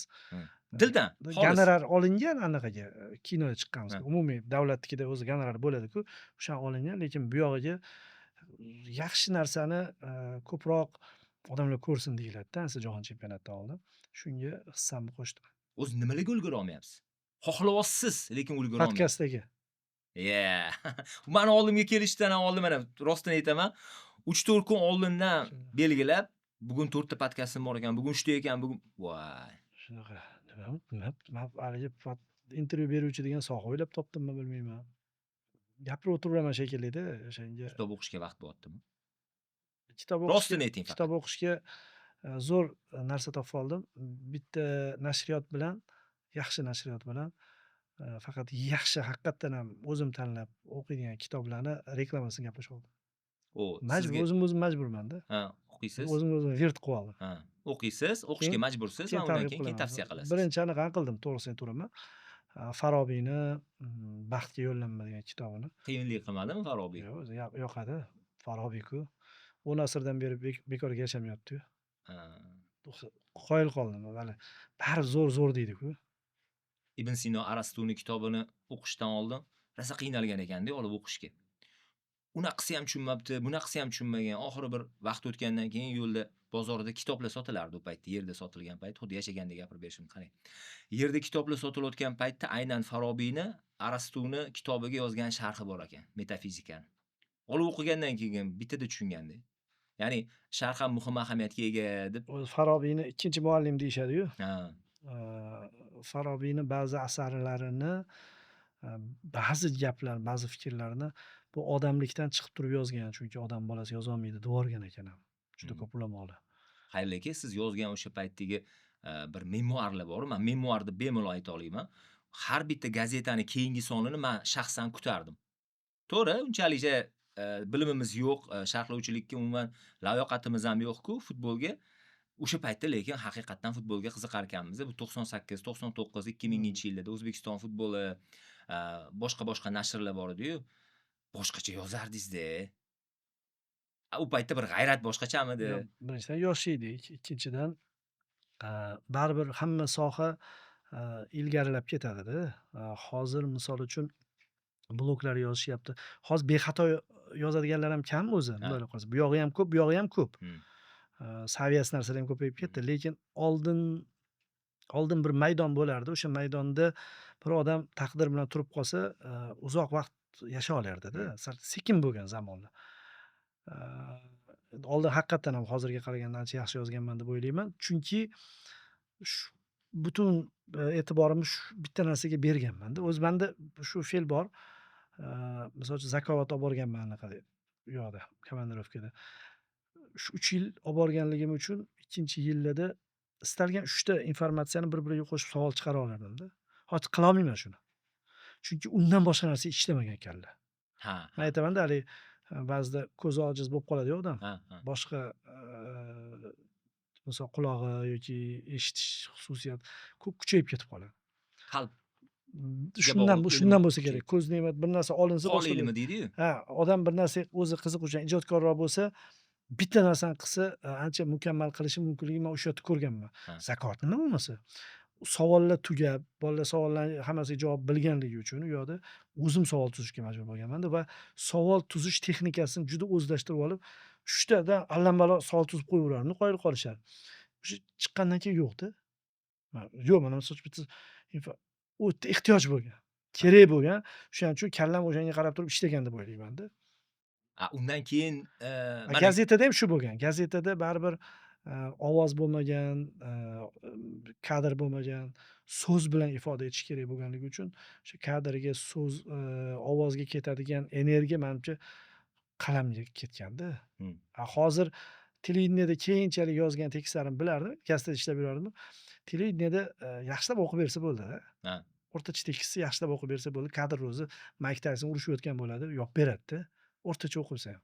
Televideniyani o'zi musibati ham shundalik jurnalist uchun. Hayl aka, ko'pincha sizga futbolchilarni qaysi biri zo'r deb hali anaqa aks savollar berishadi-ku, qaysi biri zo'r bu deb. O'zingizga kelganda, mana hozir men bilishim bo'yicha ancha yillik tajribaga ega bo'lgan sharhlovchi sifatida bemalol bitta jamoani boshqara olasiz-da, taktik jihatdan. Yo'q. Unaqa emasmi? Bu butunlay boshqa hisob. Boshqa narsa bu. Mana shu murabbiylik, mana hozir balkim hamma narsani tashab, faqat shunga berilsam qilishim mumkindir. Ha, o'shani aytmoqchi. Boyagi xususiyatdan kelib Ha, chiqib, ha. bitta narsaga juda berilib ketib, boshqa bo'lib turib. Lekin bu ijodkorlik emas-da. Bu yerda jamoani boshqarish, bu boshqa odamlar bilan ishlash. Menda boshqa odamlar bilan ishlash muammosini aytdim. Shuning uchun rahbar bo'la olmaganman. Bu boshqa narsa. Odam o'zi yolg'iz gazetada ishlaganda ham jamoa bilan ishlaydi odam. Lekin baribir o'zini sahifasi uchun o'ynaydi. O'zini sahifasi uchun o'ynaydi-da. Futbolchi maydonda o'ynaydi, butun jamoada o'ynaydi, lekin o'zini ishini zo'r qilib yuraverishi mumkin-da. Lekin murabbiy boshqa narsa. Men murabbiylikni cheksiz hurmat qilaman ham. U menimcha sohalar bo'yicha qiyinchiligi darajasida rejissyor bilan barobar. Shunaqa darajadami? Film rejissyori bilan. Chunki film Men rejissyori bilaman-da qanaqaligini biladi-yu hamma. Hamma aktyorlar rejissyor bo'la olmayapti-ku. Ha. Bo'lolmaydi ham. Chunki butunlay boshqa soha. Odamlar bilan ishlash va eng dahshatli tomoni rejissyor bilan murabbiyni birlashtirib turadigan narsa, ular kadrni, bu futbolni, o'yinni oldindan ko'ra bilish kerak. Endi diqqat savol. Qaysi murabbiylarni eng kuchli murabbiylar deb tan olasiz? Zamonamizda Guardiola, yoshligimizda Sir Alex Ferguson, turlicha, hozir ko'p Klopp bor misol, Ancelotti, Mourinho bir paytlardagi, keyin sal ketdi, yana Real kelyapti. Kelsa yaxshi bo'larmikin? Sizningcha? Hozir Real muxlislari diqqat. Realga kelishi menimcha oldin muammolarni yo'qotish uchun kelyapti deb o'ylayman. Chunki boshqa murabbiy o'zi muammolar bilan yuradi-yu. Yo'q, u zo'r jamoaga kelib turib, muammoni sun'iy shakllantiradi, yuzaga keltiradi. Chiqaradi. Keyin uni yechish uchun mana shunaqa intriga qilib yuradigan odam. Ammo hozir Realda tabiiy darajada erkalanish oqibatida murabbiylar bemalol ketaverganligidan futbolchilardagi ambitsiyalar o'ldi. Dabdalashib ketdi, bir-biri bilan urushib yuribdi, boshqa bo'lib turibdi. Futbolchi xalq shunaqa endi. Agar ozgina murabbiyda bir bo'shliq paydo bo'lganini bilsa va uni rahbariyat himoya qilmayotganini bilsa, uni yo'q qilib yuborishadi. Sizningcha Mourinho aynan shu muammolarni bartaraf eta oladimi? Hozir bartaraf eta oladi, lekin futbolga, o'yinga, maydonga bir taktik ansiflik bu tomonda turgan paytda qiyin. Chunki oxirgi yillarni ko'rib turibmiz-da. Yaxshi jamoalarda ham ishladi, normal jamoalarda ham ishladi, lekin natijasi Realni hali istayotgan darajasi emas. Maydondagi. Lekin maydondan tashqaridagi narsalarni hozir epaqaga keltirish uchun juda katta figura, juda katta ishlarni qilishi mumkin. O'sha Viniciusni ham, Mbappeni ham hammani joyiga sola oladigan salohiyatga ega. Va ular ham Mourinho deydi, Arbeloa demaydi-da. Boshqaruvchilik salohiyatini berib qo'yilganda, imkoniyat berilganda, barcha imkoniyat, mayli, siz rahbar faoliyatini aynan shakllantira olganingizda, qaysi jamoaga bosh murabbiy bo'lgingiz kelardi? Bu xohlang terma jamoa, xohlang klub yoki xohlang ikkalovi ham. Endi bolalar futboldan boshlardim deb o'ylayman. Chunki Ko'pchilik gapirmagan fikrlardan chunki bittasi. bolalar futboli orqali inson juda ko'p narsalarni tushunadi. Ha. Aaa, ko'pchilik murabbiylar ham aytadi, bolalar futboldan chiqqanligimiz uchun mana bunaqa narsalar bor deydi. Chunki, bolalar bir-biri bilan tengam bo'ladi va har xil tabiat bo'ladi Hmm. va ularni, egosi bo'lmaydi hali. Hmm. Hmm. Shu bolalarni bir jamoa sifatida anaqa yuzaga keltirib, o'ynatish uchun ham juda katta mehnat qiladi-yu odam va xuddi shuni masshtabini kengaytirgan holda futbolchilar bilan ham qila oladida keyin. Man o'ylaymanki, birinchi bolalar futboldan boshlardim. O'sha aynan gazetaga sharhlar yozib yurgan paytingizda, futbol to'g'risidagi ko'rsatuvingiz endi shakllanib, bir portlab yoshlar telekanalida chiqqan paytida aynan Raulga bag'ishlangan lavhalar yorqin chiqardi meni nazarimda. Keyin Del Piero, Baggio haqidagi lavhalaringiz ham albatta bir yongan paytlar bo'lgan. Ayni 98-yildagi o'sha Baggioni bo'lgan voqealari, 94-yildan keyingi bo'lgan voqealar. Aynan Raulga qiziqishingiz nimadan? Aynan Real muxlisi ekanligingizdanmi yoki Man sekin olib birinchidan kelolmana va Barsa yo'q, muxlisimisiz Real? yo'q, unda emas gap. Hozir Real hamda Barselona mavzusi unisini aytsa, bunisini dushmani bo'lish darajasiga chiqib qolgan. Hozirgi o'lchovlar bilan 2000-yillarning boshini o'lchab bo'lmaydi. Mutlaqo boshqa. Sababi oldin 5 ta jamoa bo'lsa, 5 tami 6 ta muxlislari bor jamoa bo'lardi va ularni 2 tasi, 3 tasi Italiyadan bo'lardi, 2 tasi, 3 tasi Angliyadan bo'lardi, Manchester United bo'lardi, Arsenal bo'lardi. Keyinchalik Chelsea paydo bo'ldi. Liverpool ham bo'lardi, ko'pchilik muxlislik qilardi. Manchester City'da yo'q edi, boshqalar yo'q edi. Italiyada Juventus ham, Milan, keyin Inter jamoalari bo'lardi.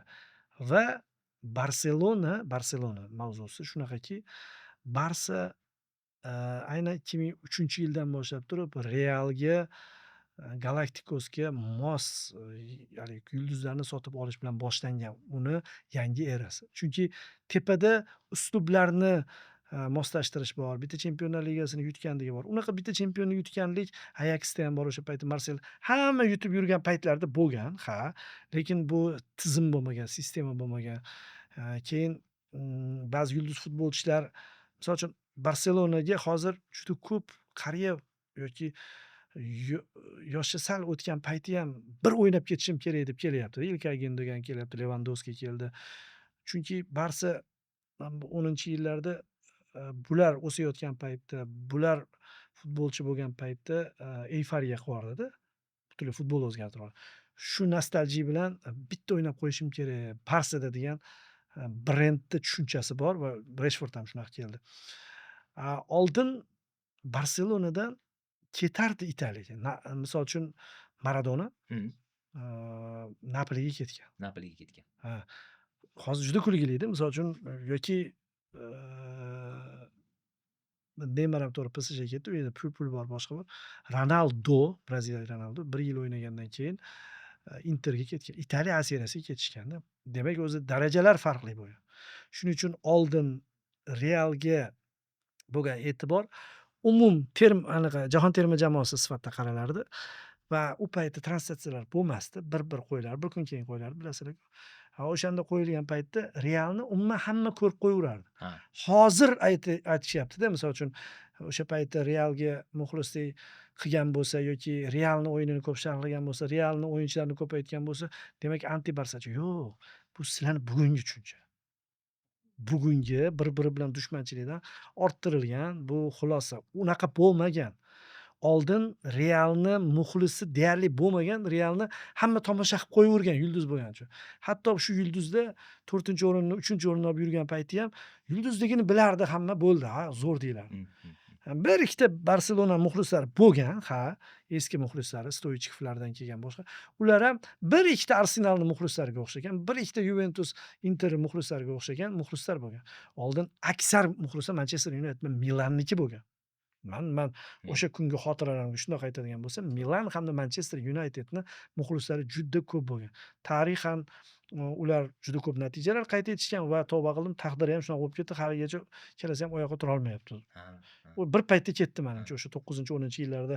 Silkindi, ularda boshqa hikoya, bularda boshqa hikoya, lekin fakt chilparchin bo'lib ketdi. Chempion bo'la olmayapti mana shunchadan beri. 13 bo'lsa, bunisi 11. Milan yaqinda chempion bo'ldi, lekin chempionlik ham o'sha har jamoa chempion bo'lgan mavsumda bo'ldi. Inter ham bo'ldi, Napoli ham bo'ldi orada. Yuventus inqirozga uchragan paytida bo'lishdi bular. Demoqchimanki, u payti shunaqa bo'lgan va tabiiyki yulduzlar jamlangan terma jamoada. Mana misol uchun Jamoliddin Bobojonov hozir Barselonaning o'yinlariga befarq emas. Gvardiolani hurmat qiladi, Kloppni hurmat qiladi. Mana shunaqa tizimli murabbiylarni yaxshi ko'radi va Barsaning o'yini yoqadi unga. Realni magiyasini e'tirof etadi. Voy, oxirgi sekundlarda urib qo'yishi bo'ldi-yu, Benzema. Xolis gapirish boshqa narsa, misol ozgina muxlislik qilish ma'lum. Shu ham o'sha paytlari Realni tomosha qilganda, men o'ylaymanki, Ronaldoni muxlisi bo'lgan. Zidan bilan ular konkurent edi, raqobatchi edi. Zidanni uncha yoqtirmasdi, Zidanni ortiqcha baholiysilardi, boshqa qilardi. Realni o'zining ichida bir futbolchini muxlisi bo'lish mumkin edi. Shunaqa davr edi. Men shuncha tushuntirish uchun aytyapmanki, yaqinda Chunki galaktikasida. yaqinda bir sharhlovchi akamiz boshqa sharhlovchi haqida gapirgan paytda men shuni tushuntirdim. Rimda yurgan edim. Shuni ko'pchilik mana ko'rdingizmi, falonchi Realchi ekan, falonchi Barsachi ekan, bir narsalar yozib tashlashdi menga dedi hamkasbim. Men unga mavzuga to'xtalishdan oldin men seni 2000-yilga olib boray. Sizlar o'zi 2000-yilda tug'ilgansizlar, xafa bo'lmanglar. To'g'ri. Sizlarga tushuntirib bo'lmaydi, davrga qaytaylik. Bu davr shunaqaki, birinchidan efir kam. Istalgan futbolni ko'rsatsa ko'zga surtib ko'riladi. Hozirdagi xohlasa emas. Bir kun keyin hech kim hisobga bilmaydi, ko'radi. Sharhlovchi ham bilmaydi ba'zan, bilsa ham shunaqa qobiliyatga ega o'sha paytdagi sharhlovchilar bilmagandek sharhlay oladi. Hozir bilmagandek sharhlay olmaydi hech kim. Live bo'lib ketganligi uchun. Va o'sha paytda Real degan galaktikos qilib olgan. Uni hamma ko'ravergan. Uni Realni ichida qaysidir futbolchini muxlisi bo'lgan kimdir. Roberto Carlos kim? Hozir biz o'sha davrda yashaganlarning hammasida qaysidir futbolchiga simpatiya bo'lgan. Aytsa, keyin Messi, Ronaldo davridan keyin Ronaldo, Messichilik boshqa darajaga chiqib ketgandan keyin, Barselona Realga ko'chib ketgandan keyin, bular dushmanchilik boshlangandan keyin, hozir o'sha o'tmishni aytsa, o'zini qarichi bilan o'lchaydi. Bitta rivoyat bor, bir ko'zi ko'r odam 1 sekundga ko'z ochilib qoladi. 1 sekundga. Tovuqni ko'rish ko'radi. Ko'zi ko'r bo'ladi. Umrining oxirigacha nimani aytsa, shu tovuqdan nechta keladi-dirga. Hozirgilar o'lchov shu-da. Sizlar o'lcha olmaysizlar u davr. Siz o'zingizlarni shu xafa bo'lmanglar, kategoriyada bir-biri bilan urushadigan olamda yashayapsizlar. Biz kengroq dalalarni ko'rib qo'yganmiz, kenglikni ko'rganmiz. O'sha paytda 5 ta, 6 ta muxlis bo'lib turib, bir-biri bilan samimiy o'zini futbolini ko'rib yurgan paytlar. Hozir men bitta narsaga e'tibor berdim, yaqinda bir joyda o'tiribmiz. Bir yigit Manchester United muxlis. Faqat Manchester United muxlis. Real, Barsa qaysi biriga muxlislik qilasiz? Men u ikkalasiga muxlislik qilmayman. Oxiri savol qanaqa berildi deb, qaysi birini yomonroq ko'rasiz? Men aytdimki, mana shu dedim, mana shu gap dedim, mana shu e'tiqodiyga aylanishdi. Ahmoqona savol. Chunki dedim, bunaqa berilmaydi. Bo'ldi. Bitta jamoaga muxlislik qilish mumkinligini tushuninglar sizlar ham. Sani Barsa bilan sani Realingdan boshqa dardi ham borligini tushuninglar. Shunaqa muxlislik qilish mumkin. Yo'q, bularda shunaqa bo'lib qoldi shuncha. Yosh avlodda bu narsa bor. Nega shu narsa? Va yosh avlod ko'payib ketganligi uchun, ular asosan auditoriya bo'lganligi uchun kattalar ham shunga ilindi qo'ydi. O'zini davrini ham eslolmaydiganlar bor. O'sha paytda siz Barsaga boshqacha edingiz-ku. Misol uchun hozir Barselonaga muxlislik qiladigan akamizga bittasi shunaqa mazmunda gapiryapti. O'sha paytda Realni Realni yomon ko'rmaganman desa tushuna olmayapti hali yosh. Ko'rmaganman deb hali unaqa qotdimi? Yo, Realni hamma ko'raverganda. Real yulduzlar edi, boshqa edi. O'shaning ichida menga Raul nimasi bilan yoqardi. Birinchidan nozik o'ynardi futbolchi sifatida. Va keyin Raulda Ispaniya-ku. Terma jamoa bo'lgan, jahon terma jamoasi bo'lib, Zidan o'ynagan, Beckham o'ynagan, Figo o'ynagan, Roberto Carlos o'ynagan bo'lib yotdi-da. Hozir unaqa jamoa yo'q. Nega unaqa yo'q? Hozir biz haqiqatan o'sha qilmoqchi bo'lishdi PSJda. Messi, Neymar, Mbappeni olib kelib, lekin u paytda ularni ishtiyoqi o'lgandan keyin pul uchun kelishdi. Realda kolleksiya uchun ham kelishgan, sovrin uchun ham Bir kelishgan. paytda aytgansiz menga, Raul Manya ham bor Ispaniyada degan. Ha, ispan bo'lib turib, bularning ichida sardor bo'lib yursa, bir gap bor edi. Hmm. Bo'lgan. Keyin nozik ham o'ynagan. Keyin tabiati ham sal yumshoqroq futbolchi bo'lgan. Juda nozik o'ynagan. O'sha noziklik juda ko'pchilik hurmat qilgan va keyin men Raulni bir tug'ilgan kunida bitta video qiluvdim YouTube'da, ijtimoiy tarmoqda turibdi. Mm, yoshlikda bo'ladi-yu. Hamma bu qizni yaxshi ko'radi. Vaqtinchalik Ha, bo'ladi-ku. ha. Yaxshi ko'rish to'g'ri, sevgi ham emas u. Shunda u keyin ham bo'ladi bu narsa. Sinfda yoki kursda hamma biladi. Bitta aniq hamma e'tirof etadigan bitta chiroyli qiz bo'ladi. Hmm. Lekin nimagadir hamma uni yaxshi ko'rmaydi. Hmm. Bitta sepkilli, o'rtacha boshqalar uchun oddiy tuyulgan bitta qizni rostdan jinnilarcha yaxshi ko'radi kimdir. Menda Raul shunaqa degan. Men uni bilganman, hech qachon zo'r emasligini. Raul Ronaldo bilan o'ynagan, tarkibida yulduzlardan zo'r emas edi, lekin bo'ladi odamda bir jihati yoqadi. Men o'zim o'ynaganimda balkim shunaqa nozik o'ynashga bo'lgan intilishim yoqqan. Berkamp ham yaxshi ko'rganman. Berkamp ham shunaqa futbolchi. Bajo ham shunaqa futbolchi. Patrik Kluivertni Barselonada yaxshi ko'rganman. Rostdan yaxshi ko'rardim. Qanaqa shu Gouda bilan nozik o'ynash bo'lgan. Demak, menda o'zi o'lchov noziklik bo'lgan. Shuni ichiga, shuni kriteriyasiga Raul kirgan. Zidan ham yoqqan menga. Misol uchun Maradona kim nozik o'ynasa hozir ham, misol uchun Dybalani juda yaxshi ko'rardim. Endi u o'zini o'zi sindirdi, boshqa qildi. Shu jihatlari bor. Shu ba'zan mana shunaqa aniq o'ynab qo'yishi, to'pni nozik to'xtatishi. Hozir futbolda kamayib ketdi unaqalar. Lekin shunaqa futbolchilarni hali ham qidiraman maydonda. Bir chiqib qoladi. Misol Pedri Barselonada qilayotgan ishlar o'sha paytda eslatadi menga. Haligi shunaqa markazni shunday o'xshab olib turib, Maradonaga o'xshab turib, Mirjalol Qosimovga o'xshab turib, mana shunaqa pasdan beraveradigan futbolchilar hali ham ardoqlanadi va hali ham zo'r deyiladi. Mani kriteriyamda shu. Endi men u yoshdan o'tganman, haligi va o'ldim, kuydim, birinchi marta futbol ko'rgan. Ularga tenglashtira olmayman. Lekin men futbolchi sifatida yaqinda jurnalistika fakultetiga darsga borgandim. Siz Maradonani juda ko'p maqtaysiz, Messi, Ronaldodan ham zo'r deysiz. Unaqa emas u dedi. Siz Maradona bilan yashaganmisizlar, ko'rganmisizlar? Yo'q, bilmaysizlar. Men Maradona bilan o'sha davrda hamohang yurganmiz, hamohang birganmiz, oqibatini bilmagan holatda borganmiz. Bu yashash boshqa. Keyin dedim. Messi bilan Ronaldo dedim, Barselona bilan Realda o'ynagan. Vsyotaki deydi ruscha. Dunyodagi eng zo'r jamoalarda o'ynagan. Ronaldo bu yoqqa kelguncha Manchester United o'ynagan. O'sha paytda dunyodagi eng zo'r jamoada o'ynagan. Bular har doim komfortda yashagan. Buni bilib qo'yinglar. Va ketishgandan keyin bular dedim, oltin to'plarni olib, qayerga ketdi? Bittasi PSJga ketdi, Parij. Eng boy jamoasi Fransiyani. Bu Juventusga ketdi, eng nomdor jamoasiga ketdi. Bunaqa Napoliga dedim. Borayotgan paytida Napoli dedim, qo'pol qilayotganda hozir Sunderland yoki Everton APLda shunaqa jamoaga borish bo'lgan.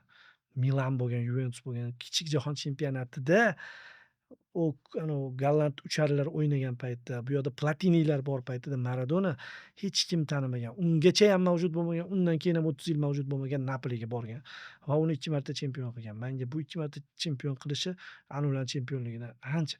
Bular Barsa Realda o'ynadi. Ketgan joyiga nimaga bormayapti dedim. Bir Marselga, yana pastroq jamoalarga, Lansga bormayapti yoki bunisi nimaga Balonaga bormayapti dedim. Bormaydi. Bular Maradona emas dedim. Dedimda va dedim, undan oldin rosa ChatGPT haqida rosa suhbat bo'luvdi, boshqa bo'luvdi. ChatGPTga suyanib qolmaslik boshqa. ChatGPTda rasmlar ham chiqyapti hozir. Mana bular dedim. Messi bilan Ronaldo sun'iy intellekt bo'lsa dedim, ana o'zi haqiqiysi. Masalaga tushuntirish uchun mana shu. Men uchun shunaqa. U qarshi chiqadimi, boshqa qiladi. Hozirgi avlod qarshi chiqishini men normal qabul qilaman, chunki ular ko'rmagan. Lekin meni ulardan ustunlik tomonim bor, men ikkalasini ko'rganman. Podkastimiz orqali ibrat bo'lish uchun shu narsaga baribir to'xtalishga majbur bo'lyapman-da. Barsa Real mojarosi bor-ku, aynan uchrashuv emas, mojaroga aylanib ketyapti. Oxiri bu narsani qattiq ijtimoiy tarmoqlarda, ommaviy axborot vositalarida o'yindan oldin ogohlantirishlar ham berilyapti. Bir-birlariga bunchalik darajada adovat bilan munosabatda bo'lmanglar, hattoki pichoqlanish holatlarigacha, jinoyat holatlarigacha kuzatilyapti deb. Bu narsa nimadan kelib chiqyapti o'zi? Qayerdan? Mana aytyapsiz-ku, bundan bir 20 yil oldin bu narsa yo'q edi. O'sha Galactic'smi? Biz ham xuddi shunaqa ko'rganmiz o'sha Galactic'ni 2005-2006-yillarda ham hattoki o'sha Roberto Carlos o'ynagan paytda ham maza qilib tomosha qilardik-da. Figo hattoki komandasini o'zgartirgan paytda ham o'zbek xalqi bu darajada bir El Clasico'ga nafaqat muxlislik, balki adovat bilan munosabatda bo'lmagan edi. Hozir o'zingizga berayotgan savoldan ham ko'rinib turibdi. Men Manchester Unitedni muxlisiman desa, qaysi birini yomon ko'rasiz? Barsani yoki Realni ortiqcha desa, nimadan yuzaga kelyapti va nimaga unaqa qilishimiz kerak emas?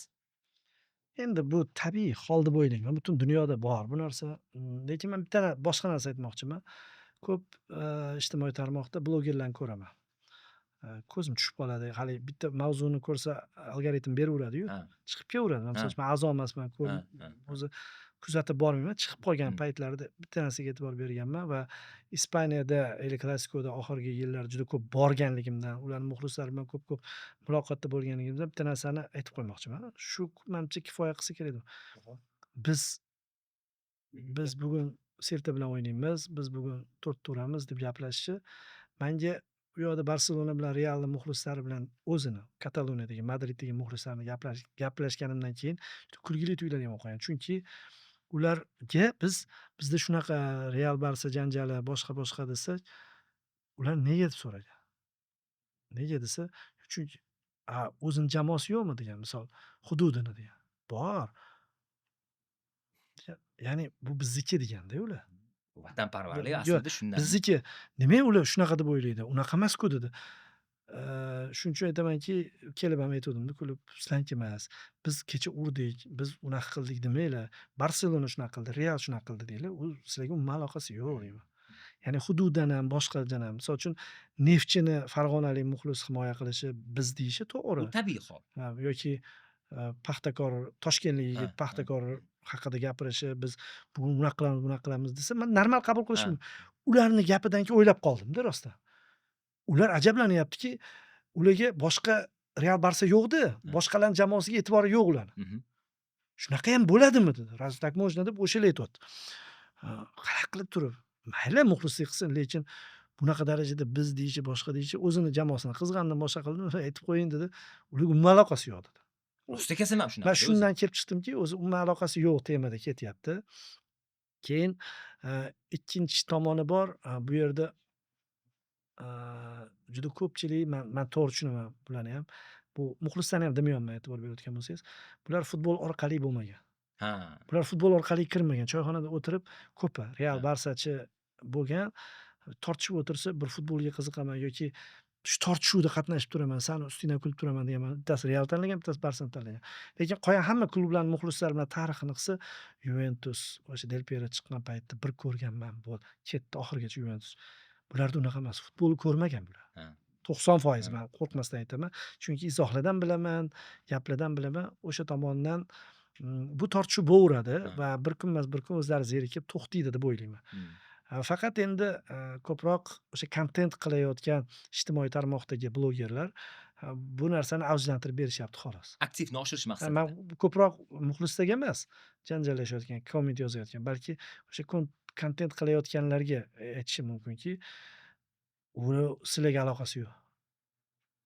Barselonani, Realni o'sha hududda turib, men Xetafeni muxlisini ko'rganman-da. Madridda Xetafe muxlisi bo'lib yuribdi. San Atletico bor, Madrid bor shaharda qanaqa qilib desa, men tug'ilganman Xetafe hududida. U Xetafe muxlisi bo'lib yashaydi-da, o'zimniki deydi, bo'ldi. Hech qanaqa hech narsa titul olmasa ham boshqa qilib, mana shu muxlislik shu-da. Vatanni sevish o'zi aslida shundan-da o'zi. lekin bu tanlab olingan qimorga o'xshab turib, yo bu deb turib tortishib yashayotganlarni tortishuvda men shuning uchun buni jiddiy ham qabul qilmayman. Faqat xavfli tomoni bu auditoriya katta. Ha. Yaqinda men Real ham Barsaga uchib ketdi-yu Chempionlar Ligasida. Xursand bo'lib yetdim-da, nihoyat futbol ko'ramiz. Normal futbol ko'ramiz deb gapirsam, alamda rosa ko'pchilik ana endi auditoriyangiz kamayadi, Ha, biz ha. yedik. Boshqa tomonlama qasd olishga harakat qilishadi. Minnat qiladi Minnat boshqa. qilishadi. Nega unaqa qilishadi, man hayronman. Toshkentda dedim. Nimaga unaqa? Odam hayron. Yo'q, u men aytdimki, shunaqa deb yozyapti izoh. Ha, Hali ham shu auditoriyadasan-ku. ha. Real Barsa yo'q Ha, joyda ha, ham yozyapsan-ku. ha, ha. Demak, sanlar bor bo'lasanlar. Hmm. Shu joylarda yurasizlar, u yoq bu yoq toshlarni qidirib.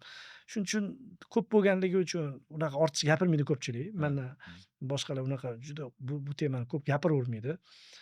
Har holda anaqa yo'qotaman deb o'ylasa kerak boshqa. Lekin misol uchun qisman sifatsiz auditoriyani yo'qotish u tozalab ham turadi ba'zida.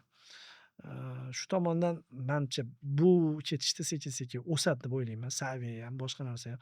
Elmurod, zo'r gap bor, menga yoqadi. Negativlarga murojaat qilib turib, chet el negativlar bilan solishtiradi-yu. Sizlar ham o'singlar, rivojlaninglar. Men o'ylayman, Realchilar ham, Barsachilar ham o'sadi deb o'ylayman va bir kun kelib turib futbol orqali bu olamga kiradigan bo'lishsa, bunaqa qarasa ham bo'lar ekan-ku. Sal qilib turib futbol muhabbatni me'yori bor-da. Muhabbat o'tadigan bo'lsa, chegaradan o'tadigan bo'lsa, u Xudbinlikka aylanadi. bu tomon bo'ladi. Misol, insoniyat tarixidagi eng katta muhabbat Abu Bakrda deyshadi-yu. Nimaga desa, u payg'ambar alayhisalom rosa yaxshi ko'rib, vafot etganlarida yagona oyoqda tura olgan odam deyshadi. Ya'ni muhabbatni shunchalik to'g'ri baholaganki, u kim uchun bu odamni yaxshi ko'rayotganligini bilgan va shuning uchun vafot etilganda shu odamdan boshqa odam shokka tushib qo'ygan, mana tarixda hamma biladi. Aslida paradoks-ku, teskari bu odam hushdan ketish kerak edi. Lekin nega u odam yagona qolgan desa, u nima uchun yaxshi ko'rganligini bilgan. Yaxshi ko'rishni belgilab olish kerak odam o'zi. Yaxshi ko'rish nima uchun bo'ladi? Sevish, odamni sevgi degan bir anaqasi bor, javhari bor. Shuni sarflash kerak. Sarflashga arziydigan narsalar bor-da. Mayli, futbol ham uni ichiga kirar, lekin o'sha javhar hammasini futbolga sarflab yuborish kerak. Sharhlovchi aytyapti. Yo'q qolish kerak emas. Boshqa narsalarga ham ushlab qolinglar. Kitoblarga, ahli oilaga, onaga, otaga bor-ku hayotda do'stlarga. O'sha hammasini Realchi Barsachilarga o'sha o'zini jamoasiga sarflayotgandek tuyuladi. Chunki misol normal odam har qanaqa natija bo'lsa ham, boshqa bo'lsa ham onadan yoki bir narsa so'kish kerak emasda. Normal emasda bu. Shunaqa normal emas. Bu kasallik. Kasalligi. Yaxshi ham bir paytda tarixda kimni onasidan so'ksa, o'zini onasidan so'kkan deb qo'yganlar. Biladimi o'zi, bilmaydimi? Lekin biladimi, bilmaydimi, fakt shuki o'zini onasini so'kayotgani aniqda.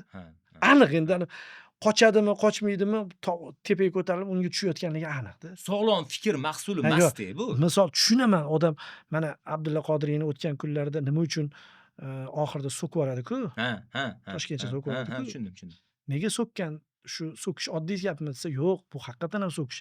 Shunaqa tartibli, shunaqa odobli, e'tiqodli, shunaqa saviyali yigit shunaqa shok holatga tushganki, shuni ifoda etish uchun Qodiriy o'sha so'kishni foydalangan deyshadi. Jalb qiluvchi. Ya'ni tasavvur qilinglarki, shu paytgacha so'kmayaptimi? Shu bola so'kib yuboryaptimi? Masalan, vodiyda sizlab gapirishadi-yu, sansirasi so'kishdek-ku. Sansirasi so'kish. Buni bilinglarki, bu oddiy so'z emas, hali kitobda kelgan ekan deb ishlatib yuradigan so'z emas. Bu so'kish. Qodiriy qayerda ishlatganiga, yaxshi ko'rgani, vafot etganligi shok holatiga deb tushuntirib berishadi-da. Xuddi shunaqa so'kish bu hazil narsa emas, o'zimni o'ylab qarasan. Normal odamning ishi emas. Ayniqsa onadan, boshqadan ko'raman, achinib ham ketaman o'tirib. Bir odamga ta'sir qiladi. E'tiborga olishga arzigulik gaplar bu. O'chirib yuboraman, boshqa qilishim ham mumkin edi. Tagizda o'ralashib yurganligini ko'rib turib, lekin bu auditoriya ko'payib borayotganligi o'zi saviyasizlar ko'proq yozadi. Fikrlamaydi, o'qimaydi kitob. Yo'q, o'sha janjalligi oqibatda, misol uchun birdaniga so'kib ketish boshqa. Yaqinda bittasi zo'r javob yozgan ekan, menga yozgan, qattiqroq yozgan. Tagida unga boshqa joydan kelib turib, unga ham qattiq yozgan. Senga gapirmayapman, sen aralashma, sen nima bunaqa do'stsan, boshqa do'stsan desa, bitta bola yozgan. Akamisiz, ukamisiz degan. Sen ham hozir xuddi shu ishni qiluvding. Senga ham xuddi shu ishni qiluvdilar. Nega jazavaga tushyapsan? deb odob bilan gapirdi. Rostakasim xuddi shunaqa. U ham unaqa ketgan, o'zi javob berdi. Men o'sha endi tepani o'chirib olib yo'q qilib ularni. Hammasi yo'q qoladi deydi. Lekin o'sha narsani o'ziga oyna qilib ko'rsatganda bitta odam gapirdi unga qarshi. U komment deydi, komment. Lekin u butun boshli, misol uchun ko'pchilik ko'radigan joyiga kirib yozib turibdi-da. o'zini ko'rsatishni bilmadim. Hammada har xil bu narsalar narsalarga o'ylaydi. e'tiborli bo'linglar. To'ppa-to'g'ri gaplar Lekin gapiryapsiz. yaqinda Xudo xolasa o'zi bu narsa izga tushadi deb o'ylayman dunyoda. Bu narsa masshtab bo'yicha ketyapti. Baribir odamzod chegarasi bor hamma narsada. Haligi skrinshotlar qilib olib sudga topshirishlar ko'payib ketadi. Erkinlikni suiiste'mol qilmaslik kerak. Huquqimizni Shunaqa bilganimiz holda qilgandan keyin- mas'uliyatimizni ham bilishimiz kerak. Shunaqa qilgandan keyin ana kuni bittasi yozibdi-da. Mani bitta tanishim jazolandi mana shu Ha, masalada. ha. Kimdir bitta xonandanimi tagida yozgan ekan. Bo'lyapti shunaqa holat. Jazolagan ekan. Shunga odam qo'rqib qoldi, boshqa bo'ldi degan ekan. Boshqa akkaunt bilan kiring. Boshqa akkauntda ham mayli, lekin odamzod shunaqada, misol uchun jazolansagina to'xtashim mumkin deb o'ylayapti ularda. Lekin men bitta narsani aytamanki, jazosiz qolib ketayotgan narsalar jazosiz tugaydi deb o'ylayotgan bo'lsa noto'g'ri. Bor-da baribir. Qaniydi bu narsani tushunib yechishsa o'shalar. Miyasi orqada bo'lmasa, ozgina tafakkur qilib o'tirsa, shu ijtimoiy tarmoqlarda bir-biri bilan so'kishayotganlar o'ziga o'zi zarar qilayotganligini biladi-da, xolos bo'ldi. Atoqli adiblar, davlat va jamoat arboblari o'zlaridan keyin bir aforizmlarni qoldirishgan. Xayrulla Hamidov qanday aforizmni podkast studiyamizga tashlab keta oladi? Bilmayman. Menda aforizm ham yo'q. Bir joylarda chiroyli gap yozib, Xayrulla Hamidov tagiga yozib qo'yishsa, shu qayerda gapirdim. Umar Xayyom aytmagan gaplarni ham yozib qo'yishadi. Shunaqa ham bo'lib turibdi hozir. Ayting bo'lmasam, rostdan podkast studiyamizga o'zingizga eng yoqqan bir iborani tashlab keting. Ibora emas, she'rdan aytib qo'ya qolaman. Bitta she'r bilan boshlavdik, she'r bilan nihoyalaylik. jim yotar degan bir mavzu bor. Sichqon jim yotar, arslon jim yotar deb anaqa qilganman-da. She'r yozganman va oxiri ancha Gollivud bo'lib turib, qo'rqinchliroq tugagan. Unda Xayrulla Hamidov bo'lmasdi-da. Yo'q, Xayrulla o'ynading, kulding, dunyo 3 kunligini bilding. Shovqin suron qilma, 3 kunga kelding. Mezbonning birovning uyida mehmon jim yotar deb tugagan. Birovning uyiga kelgansan. Shuning uchun jim degan ma'nodagi aforizm darajasiga chiqadimi, tortadimi bilmadim, lekin o'sha o'zim yoqqa.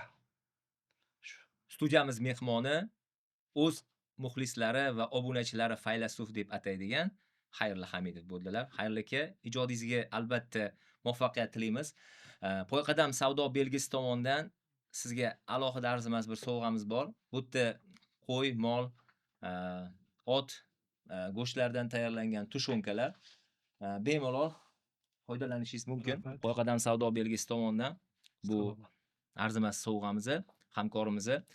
Albatta, qanday savolingiz bo'lsa Xayrulla Hamidovga bemalol video ostidagi kommentariyada ularga savol berishingiz mumkin. Nasib qilsa bu podkastimizni Xayrulla akaniki profillari bilan birgalikda kollaboratsiya qilingan holatda amalga oshiriladi. Ijodingizga muvaffaqiyat tilaymiz. Albatta, keyingi podkastlarimizda ham uchrashguncha salomat bo'ling deb qolamiz. Rahmat. Omon bo'linglar.